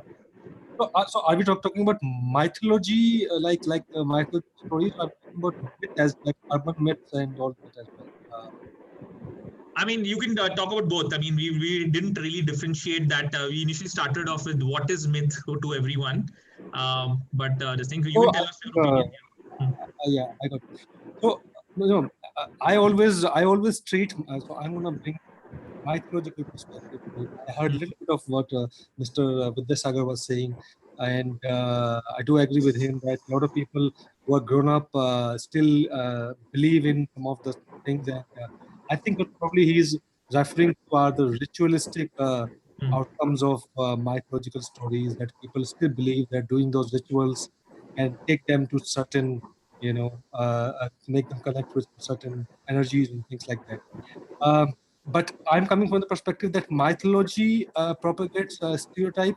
In my opinion, something for a story to elevate to the point of mythology, right? It requires there's a term called classic, right? Something that stands the test of time and remains fresh. But there's something beyond, right? Something that goes beyond classic is what I call the which becomes a mythology. Word myth would be wrong here. Mythology will be the right word. And if it's going to become mythology, I think mythology, when something has been purified over the period of time by multiple writers and authors, what you actually see are not stereotypes, right? What you see actually are the archetypes. And archetypes are truths. They are symbols that live in our subconscious mind, and that's why we react so powerfully when we see a hero in a story, because he is representing a mythological archetype of a hero. So mythology, in my opinion, should not and good mythologies, the powerful mythologies, does not have stereotype. A story becomes mythology when it has gone through the purification of these things like stereotypes and cultural boundaries, and reaches to the point of symbolism. That's why we are able to relate with the mythologies of other countries also, because we can see the same symbolism happening. That would be my perspective on that. Yes. No, that's interesting. I think you're right. I mean, mythologies by themselves. I do also think that I don't think mythologies ever were written or told or this thing with sort of a malicious intent. I mean, it's just hard to imagine that stories that have passed on through centuries could have actually begun with the intent of, okay, we are going to do that. I think it's something that happens over time. But it is an interesting thing what he's talked about, good mythology and the fact that the act of purification and all. Ruchi, do you have anything to add? Sorry, Anuruddh, you're saying something. Oh, yeah, I just wanted to add, sorry, a small point regarding that. So obviously mythologies, they have a very, very historic, I mean, they have, it's not like mythology, there are urban myths as well, but mythology stem from a very, like an old place, right? And so we need to understand that the interlinkages of mythology to the current context in terms of mythology might affect philosophies of different cultures, it might affect value systems, which translates to politics, which translates to socio-economic realities. So there is definitely like merit in saying that mythology, and that it's not just storytelling, mythology can't just be storytelling. There are real life implications of what years of mythology and storytelling have translated to on ground realities, and you can make those connections if you do in-depth research on, I mean, there is a way to form a narrative to those interlinkages as well. I mean, for example, like Patal Lok is a show which I guess we both saw recently, and they talked about the socio-economic strata in terms of what is the Patal Lok and which areas and all. So I mean, it was a WhatsApp, and it's funny that he said it's a WhatsApp forward, but that's what it's translated down to, and that may have kind of the character itself, that him telling that WhatsApp forward to other people may have influenced their beliefs of how they are within different societies based on the mythological relevance of these different societies. So there is definitely, we need to, the inference becomes very critical, and yeah, I mean there is just, it's just I think it's good to explore those interlinkages as well, the ritualistic outcomes and the economic and every outcome of these mythologies existing over so many years, and they are, as I said before, the lenses to observe this from are too many, and so yeah. That's true. Yeah, I think that's true. I think we need to always associate the fact that mythologies. I always have a very interesting encounter, and I'm pretty sure Sandeep, you must be relating to someone. Even Ruchi, you. This thing. A lot of people come to me even for this session. I remember a lot of people were like, oh, but I don't know enough about mythology, and there's this always sort of a reluctance, and many times when people approach me to talk about a mythology or this thing, either it comes from a point of view of like oh, you have read enough of stuff, and I never feel I've read enough. But more importantly, like there are this thing, and a lot of people here also like, but I haven't read this thing. I don't know about mythology enough. I just know very basic. But then my question always goes to like, but you know about the Mahabharata, or do you know about Ramayana? They're like, yeah, I know about it. Like, do you have a feeling towards a character? And they're like, yeah, we do. And it's very interesting that despite whatever level of knowledge we have an emotional relationship to it. Yes, I think from a mythologistic perspective, if you end up exploring it, if I start looking at historical stories of what this author wrote about this, I'll have probably different opinions, but we do end up having some relationship, right? And I think what ends up happening is a lot of people, I mean, even if a person does not know, like, I mean, if someone who's not even read a single mythology, just hearing enough, they'll have an opinion, and I don't know if I can ever say that, oh, they don't, their opinion or their relationship with mythology is any lesser than someone who's done an academic study sort of a thing, right? Ruchi, what do you have to say? As someone you dabble with both of this? So okay, so I'll give a brief about how I got introduced to mythology. Okay, so mythology is all around us. We've all read it. Since we are a child. We've been seeing Mahabharata, Ramayana, everything on the TV. But I never understood what mythology was. Okay, till I met Sandeep. So I knew these things existed. I knew, okay, there are characters like that, and there's stories like that, but I could never put a point ki, okay, this is a mythological story, and I could never differentiate it from a different story, from a normal story. And that is where, my journey began in mythology. So I had read Devdutt Patnaik and everyone, like everyone else, you got introduced to him because he's such a popular guy. But the true meaning of mythology, I understood when I started studying for Cobalt Blue, when we started Cobalt Blue, and and there was this, then I realized, okay, there is such a big gap. People are like, they have such misconceptions. They think mythology is something extraordinary. It is not. It is something that we are living with. And those stories need to be told. And that is where my interest in mythology began. where I realized, okay, wow, this story is powerful, you know.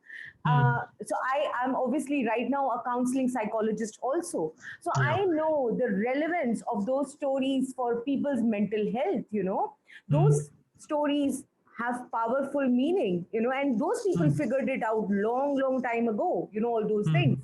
So that's where my interest in mythology began, you know. So I knew about mythology all my life, but I could never put that word. But then when I started putting that word there, you know, I was like, wow, you know, this is like a gold mine, you know, of knowledge and wisdom and amazing stuff. That, you know, there are taboos that we don't talk about, but mythology talks about it with this ease, you know, this ease. You know, so that's the beauty of mythology, and that's my from being like absolutely a person who had no idea about it to becoming an amateur just like you know, I have traveled a long way, you know, in mythology too, you know, in last 2 years. But yes, fascinating world, you know, Anupriya. That's true. That's true. Yeah. And I would like to take this opportunity because many times you know, especially since I talk a lot to Ruchi when we are doing the session, very often she says this to me, she's like, you know, okay, oh, I'm not a mythologist like you. And I find it so weird because for me, it's like more of a mythologist. And that brings me to an interesting point. I mean, you know, I've had this conversation with many people, even my parents. I mean, my mom is right here. And what's interesting is that, you know, today, like an example, I came across this thing, the whole Odyssey, like, you know, Odyssey, her copy that she had used in, you know, IP college and had her notes and everything. And I know my mom never talks about mythology. Like, you know, she'll always talk about like, I don't remember anything. I don't have anything. But when I was going through her notes, I found some very interesting, you know, analysis and all. For me, it became a point where I was like, you know, I know, like, you know, finally we inherit the stories from our elders. We read this, but there is a sense of, you know, okay, I don't have enough knowledge for me to have an opinion.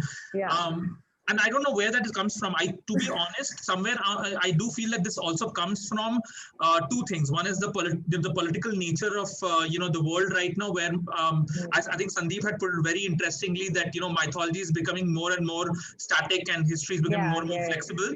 I really love that because that's true. I think the thing, and one of my interest in bringing different mythologies, especially in this platform and all, has come from this idea where I feel I love the fact that, you know, we all have a connection with Indian mythology, but I do feel that sometimes it takes knowing what you are not, or, you know, knowing what you didn't have, like knowing Egyptian and Greek mythology to actually appreciate Indian mythology.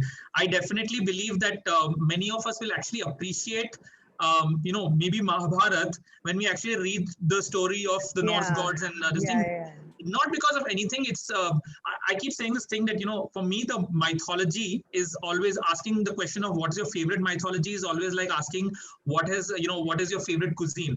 We all have a favorite cuisine. Many of us, the cuisine ends up being like, for me, obviously Mughlai food is my, you know, my favorite cuisine, but that doesn't mean I don't like having pizza every weekend and all, right?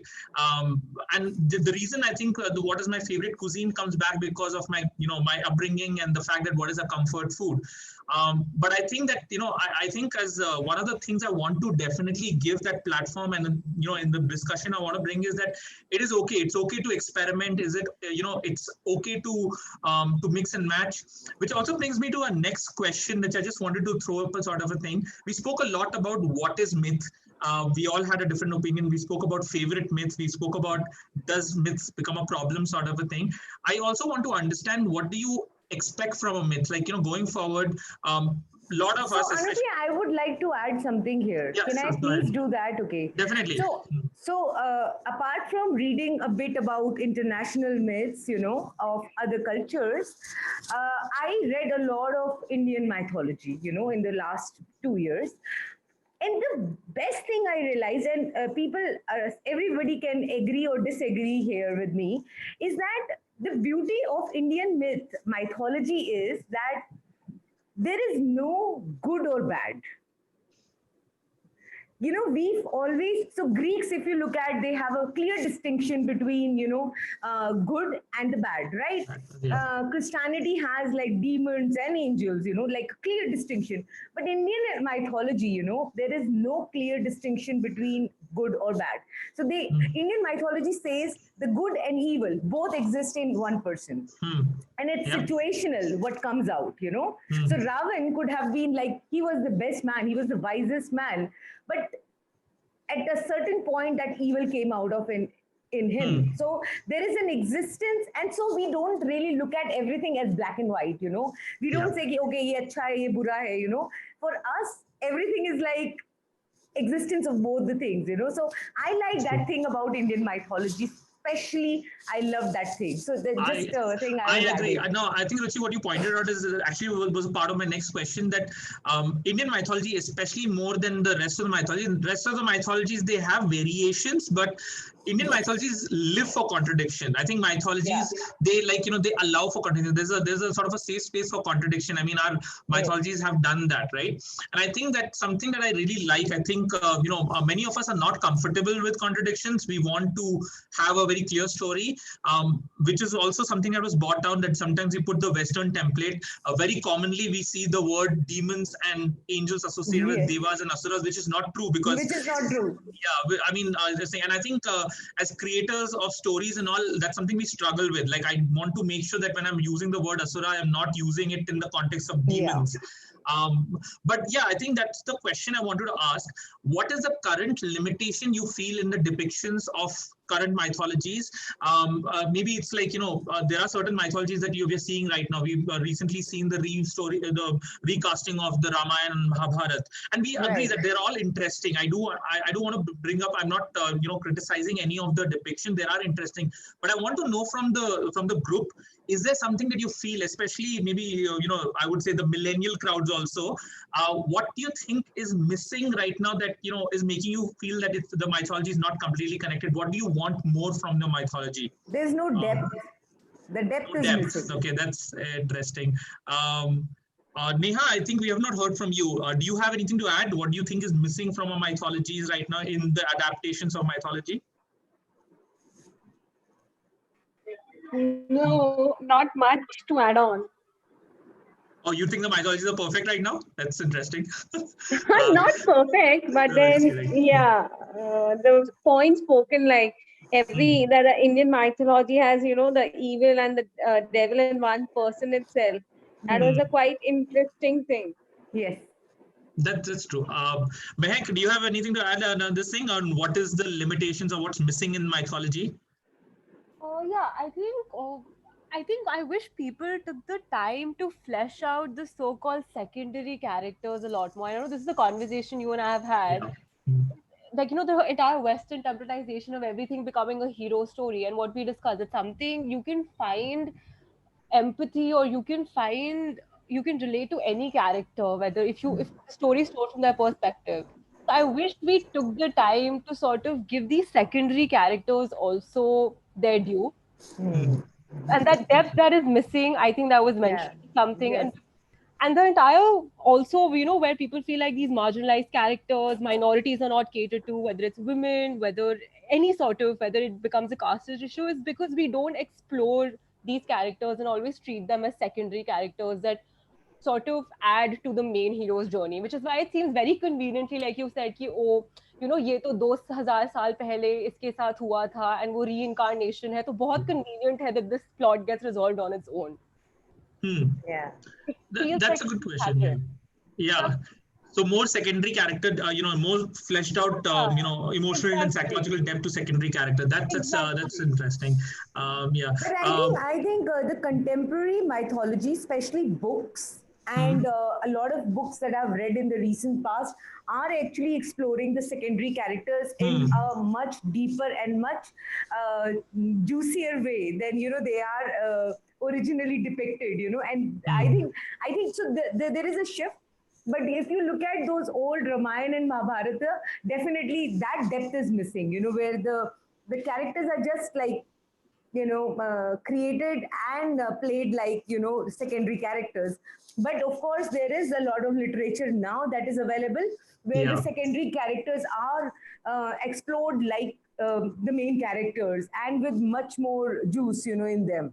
That's true. I do feel that because many times people when they're praising especially the most popular versions of the stories and all, I don't know whether this is my, again, when I said millennial thinking, but I find it very slow. Like I'm literally like on, especially on Hotstar and all, when I'm like going through when I'm looking back at some of the mythologies and all, and I feel like they're moving at a very slow pace. Sometimes I think it also comes from my westernization, because I'm looking at like superhero stories which are at least fast paced.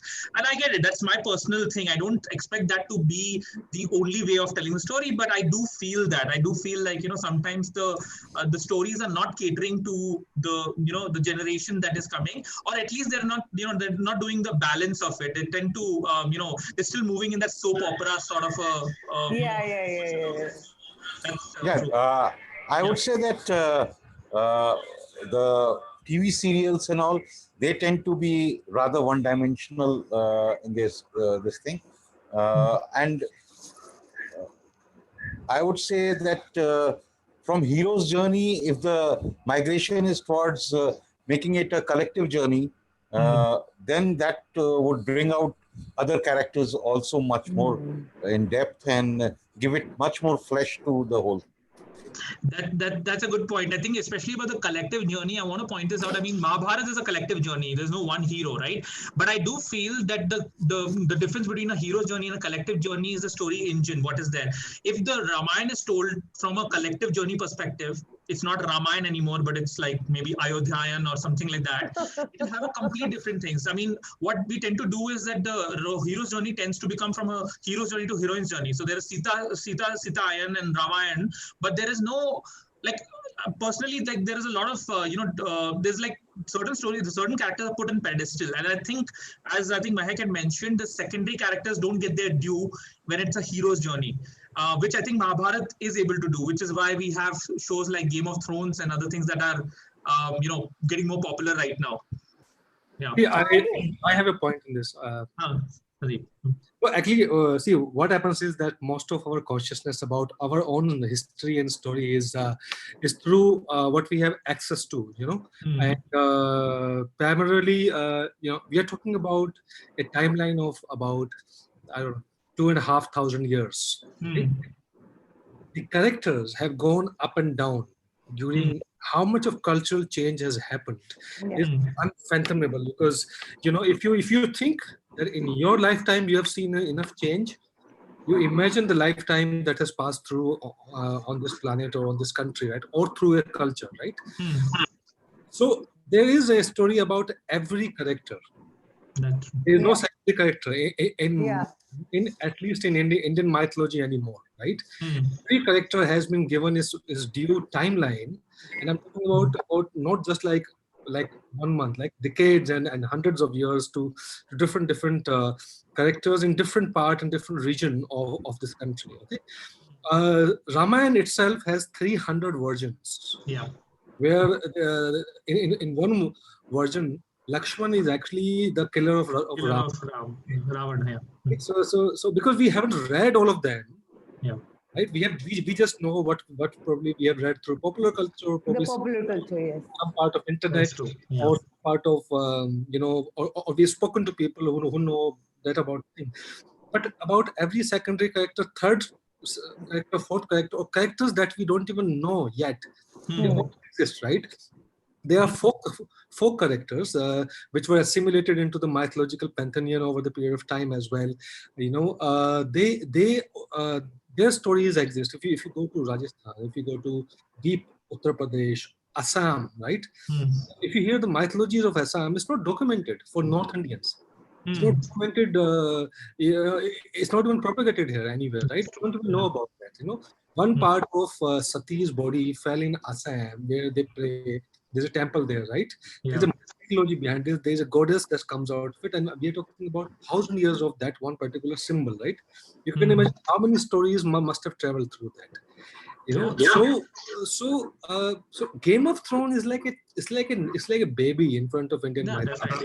It's like the guy got inspiration from Tolkien's Seven Kingdoms, and then he wrote Game of Thrones and that kind of stuff. But if you look at Indian mythologies beyond Ramayana and Mahabharata. What has happened is that Ramayana and Mahabharata has become the representative of Indian mythology. People don't go beyond that, right? People don't go through. There's a wonderful story of Shiva, Tripura Anantaka. Okay, and I never heard about that story in my life. My mom never told me. Right? No priest, no Ramayana, no Mahabharata, no television, no YouTube is not mentioned anywhere. Right? When I encountered it for the first time, and I related it with the sculpture, right? Somebody carved a stone sculpture based on the story. I realized the scale of imagination, right? There are 3 floating cities in the sky that has to be destroyed only when they're aligned in a certain angle with the most powerful force in the world, which is Vishnu, who becomes the bow of the Shiva, the earth becomes the wheel, the Brahma becomes the string of the bow, and Shiva becomes that. Right? So if you imagine translating that into a movie, right? It's the power of that story. I mean, I'm moving on from secondary character to talking about. There are many stories which we don't know about, but which are very important for regional people. Yeah. So there's a due given to secondary characters also in mythology. They have tried to answer every question over the period of time, because the questions that we are asking today have been asked many times. Many times already, right? And there are writers who have tried to answer. Yeah, no, definitely. I think Sandeep, you're right. I think mythology is never a process of invention and discovery. It's a process of rediscovery, actually. And I think it's always been this thing. And you're right. I mean, when I mentioned the Game of Thrones and all, I just meant right now, currently, that those kind of discourses or narratives are very popular because of this. And obviously, mythologies have explored that. And I think the question is bringing it up to surface. So I have one. If you are a guy who has to market mythology, right? If you think like an advertiser, right? I come from advertising background, right? Yeah. If you have to advertise mythology, okay, that is a good question to answer. For millennials, for example, if they are your target audience, their time limit, their attention span, that you don't want them to go through entire Mahabharata, right? How will you tell Mahabharata in 3 minutes? Right? Oh, definitely. That's the question people need to ask. Then these stories will become relevant. When you make them consumer. No, and I think that's what I was coming to. I think definitely there is a space and a need for that. I think the problem what happens is there's a resistance met with the idea that, I personally believe, this is just my thing, and I don't even know if it's ethical or not. I love introducing fictional characters in a mythology that I'm telling, and I love creating fictional gods. This thing, and I sometimes I've done this experiment with my friends where I'm telling a story and I've just added a new character, and they're like, this is fascinating, and I'm like, oh, I just made this up, and they're like, you can't do that. And the basic question that comes is that why can't you? Someone did that, right? Someone had the story, made a new character, and it became popularized. And I think one of the questions I always have is that the experimentation that we are doing with mythology itself right now, as I heard from everyone, the idea of adding more depth, the idea of rediscovery, as Sandeep you pointed out, Meg, you pointed out about the secondary character depth, the idea of trying to not to make sure it's not one dimensional and all. But the thing is, to do that, there needs to be some creative liberties taken, right? I mean, sometimes even to bring up some of the secondary stories and stories that are not known, the only way to make them interesting, especially for the maybe the current generation, but also to make sure that there's a new appreciation for older generation, is to take creative liberties to create new stories and all. So yeah, that was my question, that how receptive do you think it, how much is it okay to take a creative liberty, if you're making a new story which may end up changing some meanings, or maybe not the core meaning, but it may redress the mythology in a different way. Is that okay, or is this not okay? I just want the group to tell us what they think about this. Yeah, maybe Aditya Vidyasagar, maybe you can tell us what your thing is. Is it okay to change a little bit to add new creative liberties and all?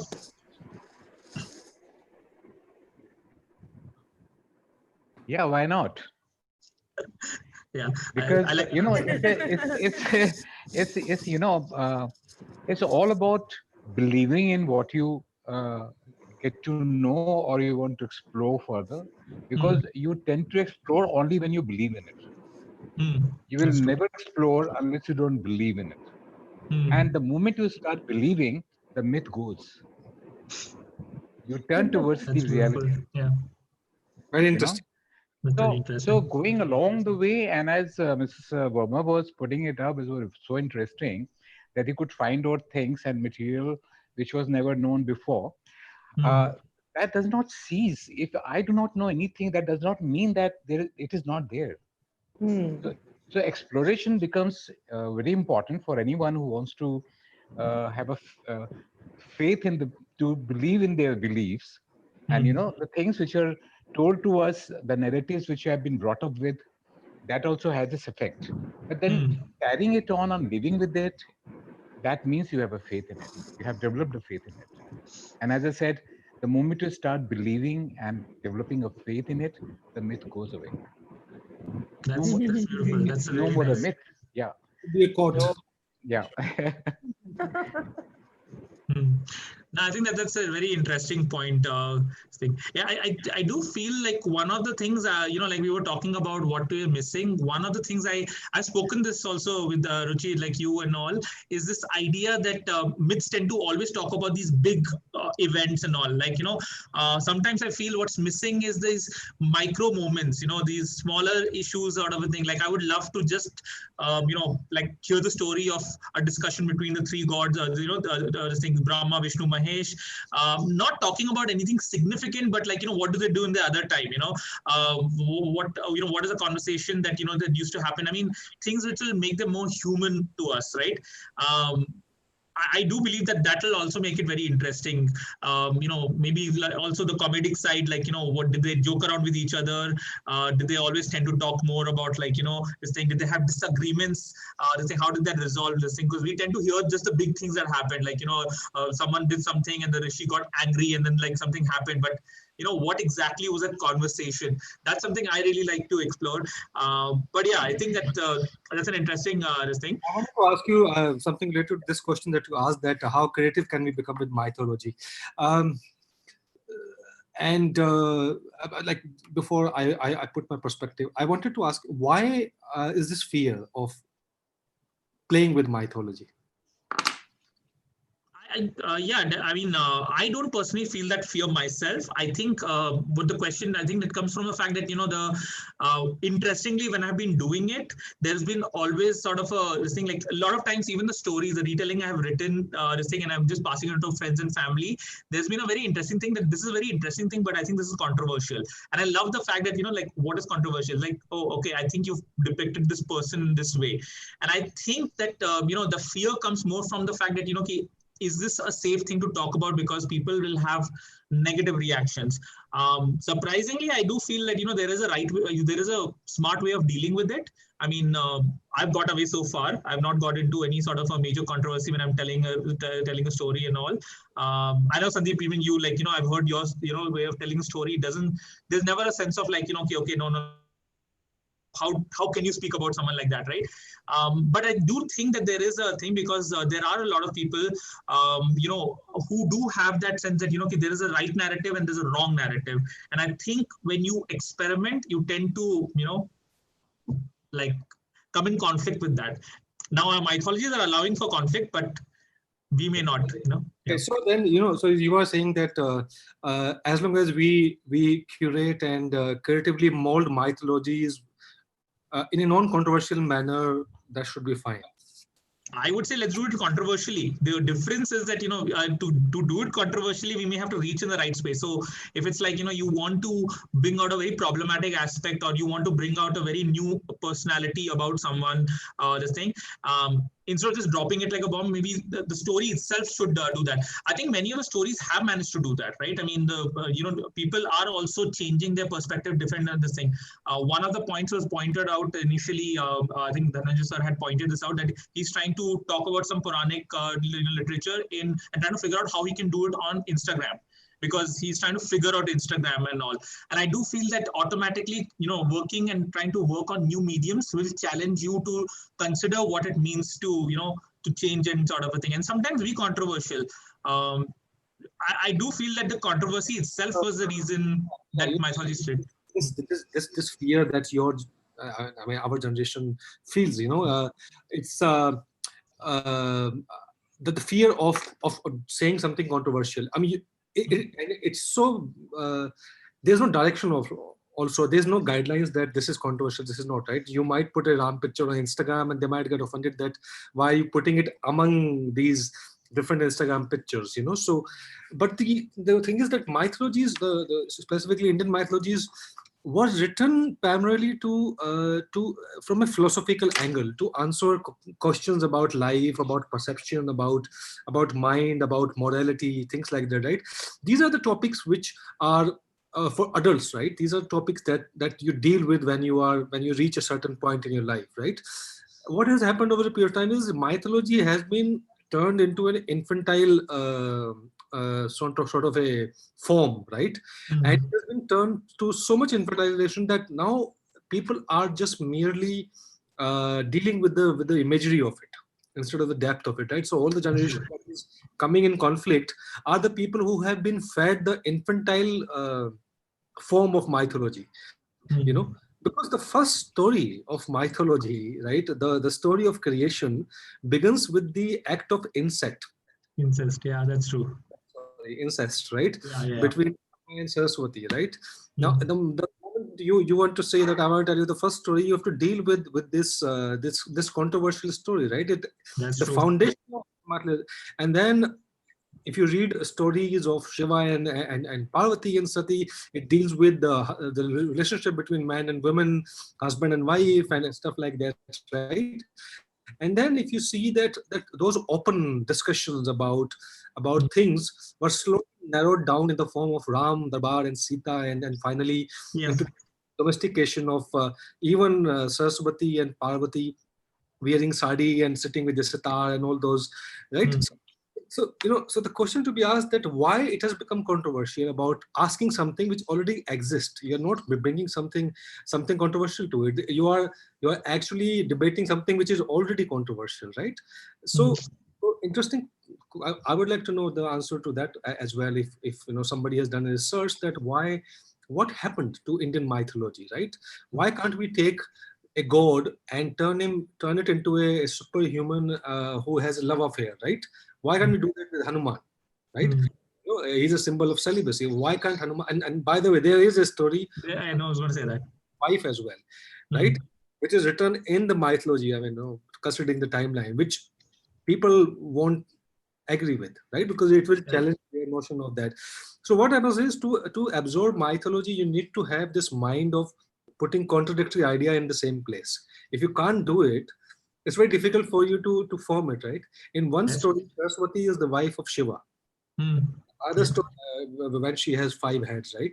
And then other story, Gayatri, which is the second wife of Brahma, also becomes the wife of Sadashiv. And then, so if you see the people who follow Shravits and Vaishnavas and Brahmins, they all follow their own paths of they're making somebody's wife. It has already happened 2000 years back, right? So mythology was never given the I mean, it was never designed to dry. It was never designed to become rigid, right? It kept like a clay with the water sprinkling on it all the time, so you can play with it. And that's what people should deal with, and that's what people should know, that they can play with mythology.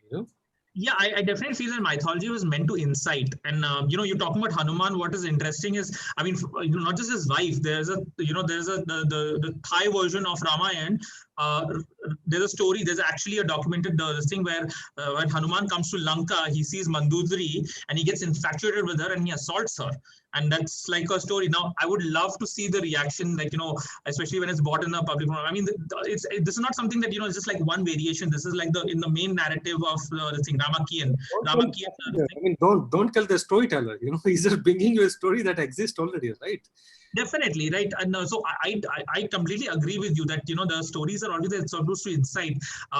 But yeah, definitely, I think the question that always becomes, I mean, especially for people who are telling the stories and people who are hearing the stories is like, how do you make them finally accept the thing. So the problem with any of these things, especially the controversial elements, is that even if the storyteller tells the story, if this rejected by the people who are hearing it, this thing, then obviously it doesn't. There's no discourse. There's no discussions on it. And I guess that's one of the things that I think is always going to happen. I do feel that this is not something that is a new challenge for only our generation or the older generation. This is every generation has had the thing. The one difference I do feel, which I think the current and the Gen Z generation is going to bring about slightly more, is their acceptance of diversity, the acceptance of contradiction is a lot more tolerant. So example, as you said, some of the mythologies begin with a very controversial thing, the idea of incest. Now, till now, maybe even my generation, my parents or grandparents and all would have never told me the story as a child. They would have never told this thing to me. I rediscovered some of the the adult aspects of mythology only when I grew up. It was not something that was discussed, and I know my parents are right here, so they I can vouch for that. I remember having a conversation with them that, why was this part not told to me? And they're like, you were a child. But what's interesting is that I have found, and I have seen this also with my friends doing this, where they're trying to bring certain complexity, ideas of, this incest or ideas of sexism, racism to even children in a way that is making them understand it. How do you accept the fact that, there is more? Answer to your question as well, that as a storyteller, your job is to redesign the story for your audience. Yeah. If audiences do not have the brain to accept the wisdom or to seek beyond the symbols of that, you deal with them and you tell them story through the symbol within their safe zone. There are some places where you can discuss controversial, like here right now we are discussing it, right? We can open a part and replay with it. And there's some places where you have to really deal with like small kids, and you have to bring some message to them.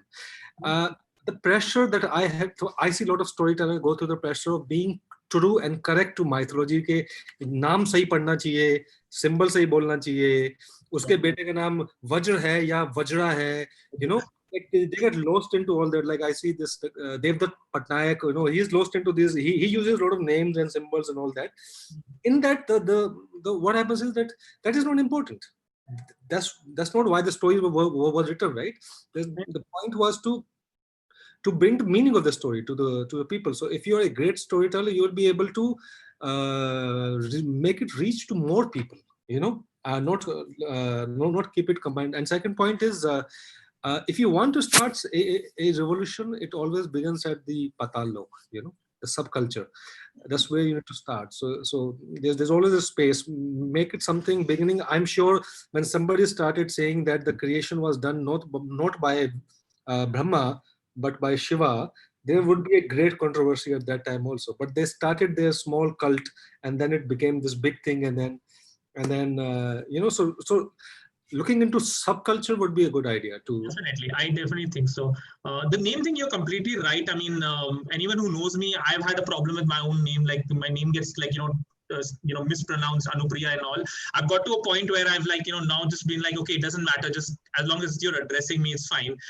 So I do understand that this thing. I do tend to like trying to find out how a particular culture had pronounced a name just because of my interest. But you're right, that's more academical. But it shouldn't make a difference for people. But yeah, I think that is a good point that we were discussing. So yeah, I think that was a really interesting discussion. Steve Jobs would have been easier to pronounce, Oh, that's true. I mean, I always have this question that, if my name was not Anupriya, what would it be? And my parents asked me this question and I didn't have an answer for that. And I used to always look at mythological names to think like, what could be my name that, this thing, but definitely not a question I wonder about now. But yeah, I think right now, and you should keep that. Yeah, I mean, now I think, it's too late to change, But I do want to end with the last point. I think we are coming to the end. It was a really interesting discussion. I know some people have joined and they have left and this thing. It was, for me, it was really fascinating because it's a subject I really like. And I know that all of you had your own perspective. I hope this was interesting for you. I just want to know if there's any, last points, anything any of you want to add about mythology. Maybe even like, what would you want to see next? We are here to also take feedback on, what sessions and all we do. Is there anything you want to see?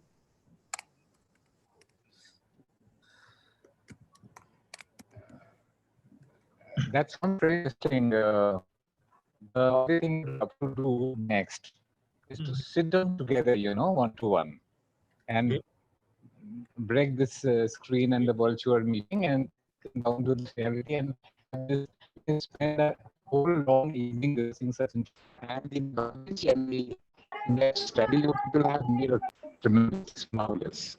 So I really enjoyed all the talking and got to know a few things, especially a lot of things I brought up by Mr. Verma. And I'm forgetting the name of the lady who came and joined and then went up again, so I couldn't catch her name. She also put up, who were talking about that she's just about 2 years. She also brought up a very interesting point that what she didn't know about things, but then she deeply studied through this aspect, and she also got to explore a few dimensions of mythology. So that's interesting. So this could itself become a very large and interesting topic, even to write a book upon together upon this, and to enlighten the generation coming next, because it's our responsibility as well to keep these things alive. And it's a very good thing that you introduced this kind of a series. I really loved it. Thank you so much. Thank you, Mr. Aditya. That's true. Yeah, I think you should definitely follow the Cobalt Blue channel. Sandeep and Ruchi, they do a lot of sessions. They're doing a lot of sessions on art, mythology, and all. In fact, more things are going to be coming up. Sure. Great.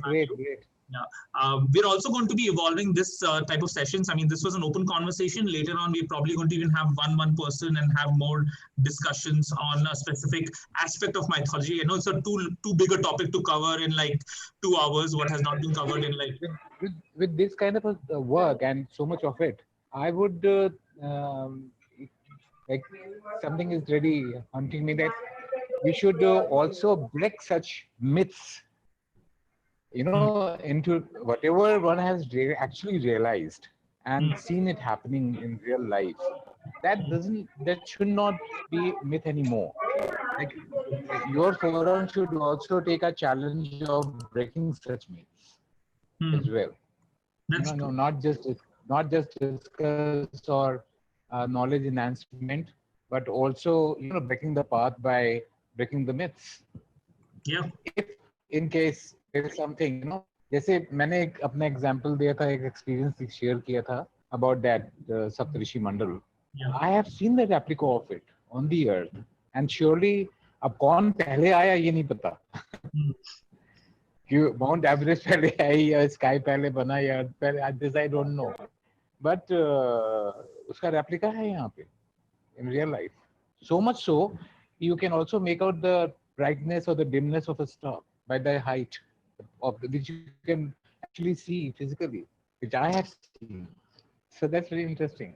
So Where good that you brought up this. Yes, is it at? Sorry. Where can we see that?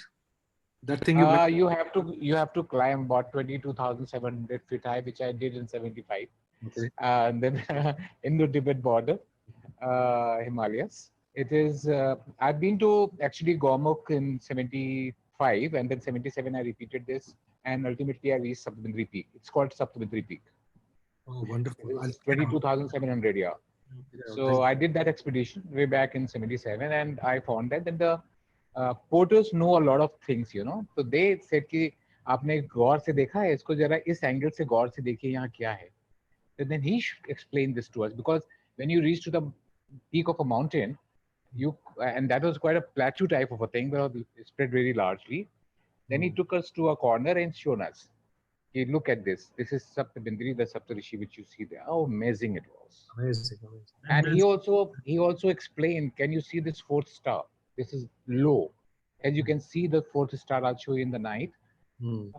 That's very dim. I mean, it was amazing. Wow, it sounds so good. Actually, I'll check it out. Thank you. I did it with my own eyes, and I have taken photographs also. So I have shared with my family when I came back, and we had a special assembly to talk about this in our college when we came back. It was really amazing. Wow. And ever since I've started believing our stories are not just stories. There is some facts behind it. So we'd love to, sit down with all of you together sometime. And I'm sure Ms. Kanti would be a very good host. So we can have a very good Sure, sure. evening, a Most long welcome. evening. Thank you With so much. this, yeah. Definitely, Uncle. I think I will definitely get in touch with you, and I think we can also have more conversations. It's a really fascinating thing you pointed out. Yeah. So the other experiences also which you can share is not the right platform to do that, but I have a strong belief in the whole system which is where we live in. Like, if you can experience something happening with you, you tend to believe it. Hmm. So you promote your faith to believe. That's true. Yeah. So that's it. So thank you so much. It was such an interesting thing to attend to, and I must thank Mrs. and Mr. Kanti to keep reminding me, keep sending me messages to make sure that I do attend it. Today was Saturday, relatively free. I could do that. Thank you so much. Thank you so much for attending. I mean, I'm really glad to have had got your perspective on this. We'll be doing this more, and I think we'll definitely reach out to you. This thing. Thanks, mom and dad, for referring and promoting this thing. I think that's one thing I like about Indian culture, especially nepotism is not seen as a bad thing. Like it's seen as okay. There's a line in Bhagavad Gita where Krishna literally says that I am passing on this secret of yoga to you because you are my friend and my devotee. Yes. I love the fact that if you think about from modern context, it will literally be like, wait, that's not fair. Just because he's a friend, you're telling him, but in Indian culture, that's actually a normal thing. It's a nice thing, I just pointing that out. It's Oh, you said it. I mean, possibly none of us could have realized this why it happened like this, but you have said it. I mean, surely there is a connect. That's why a person can expect to be there, right, Anurag? Definitely. Absolutely. And you can count on mom and dad to be your personal homegrown PR. Definitely. I think you can add one more now. That's great. That's great. So cool. Next session, I'll get some more people. Yeah. Definitely. We'll do that next week. Just to announce this thing, we'll be having a mathematical live session again. I'll be announcing the topic maybe tomorrow or day after. Okay. Those sessions are basically where I take myths from different cultures and talk about the commonalities. This thing we've covered stories about the theft of fire, the flood myths. So we're just coming up with more things. The main aspect of those things are just to show you commonalities, in the stories and just bring out some themes that, basically my perception of the themes and what does it mean for us. So definitely looking forward for that.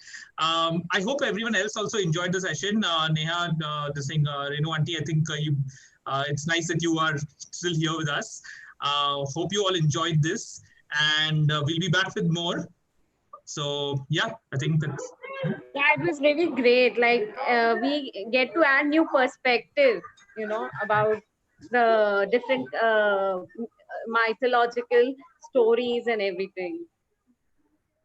That's great. Yeah, that's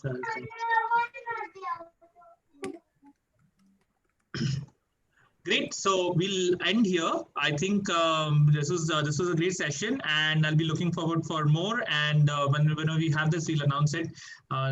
Thank you, everyone. Yeah. Thanks, everyone. Really, your entire team and beautiful contributions from almost everyone. Thank you so much. See you. Thank you. Thank you, everyone. Bye. Bye.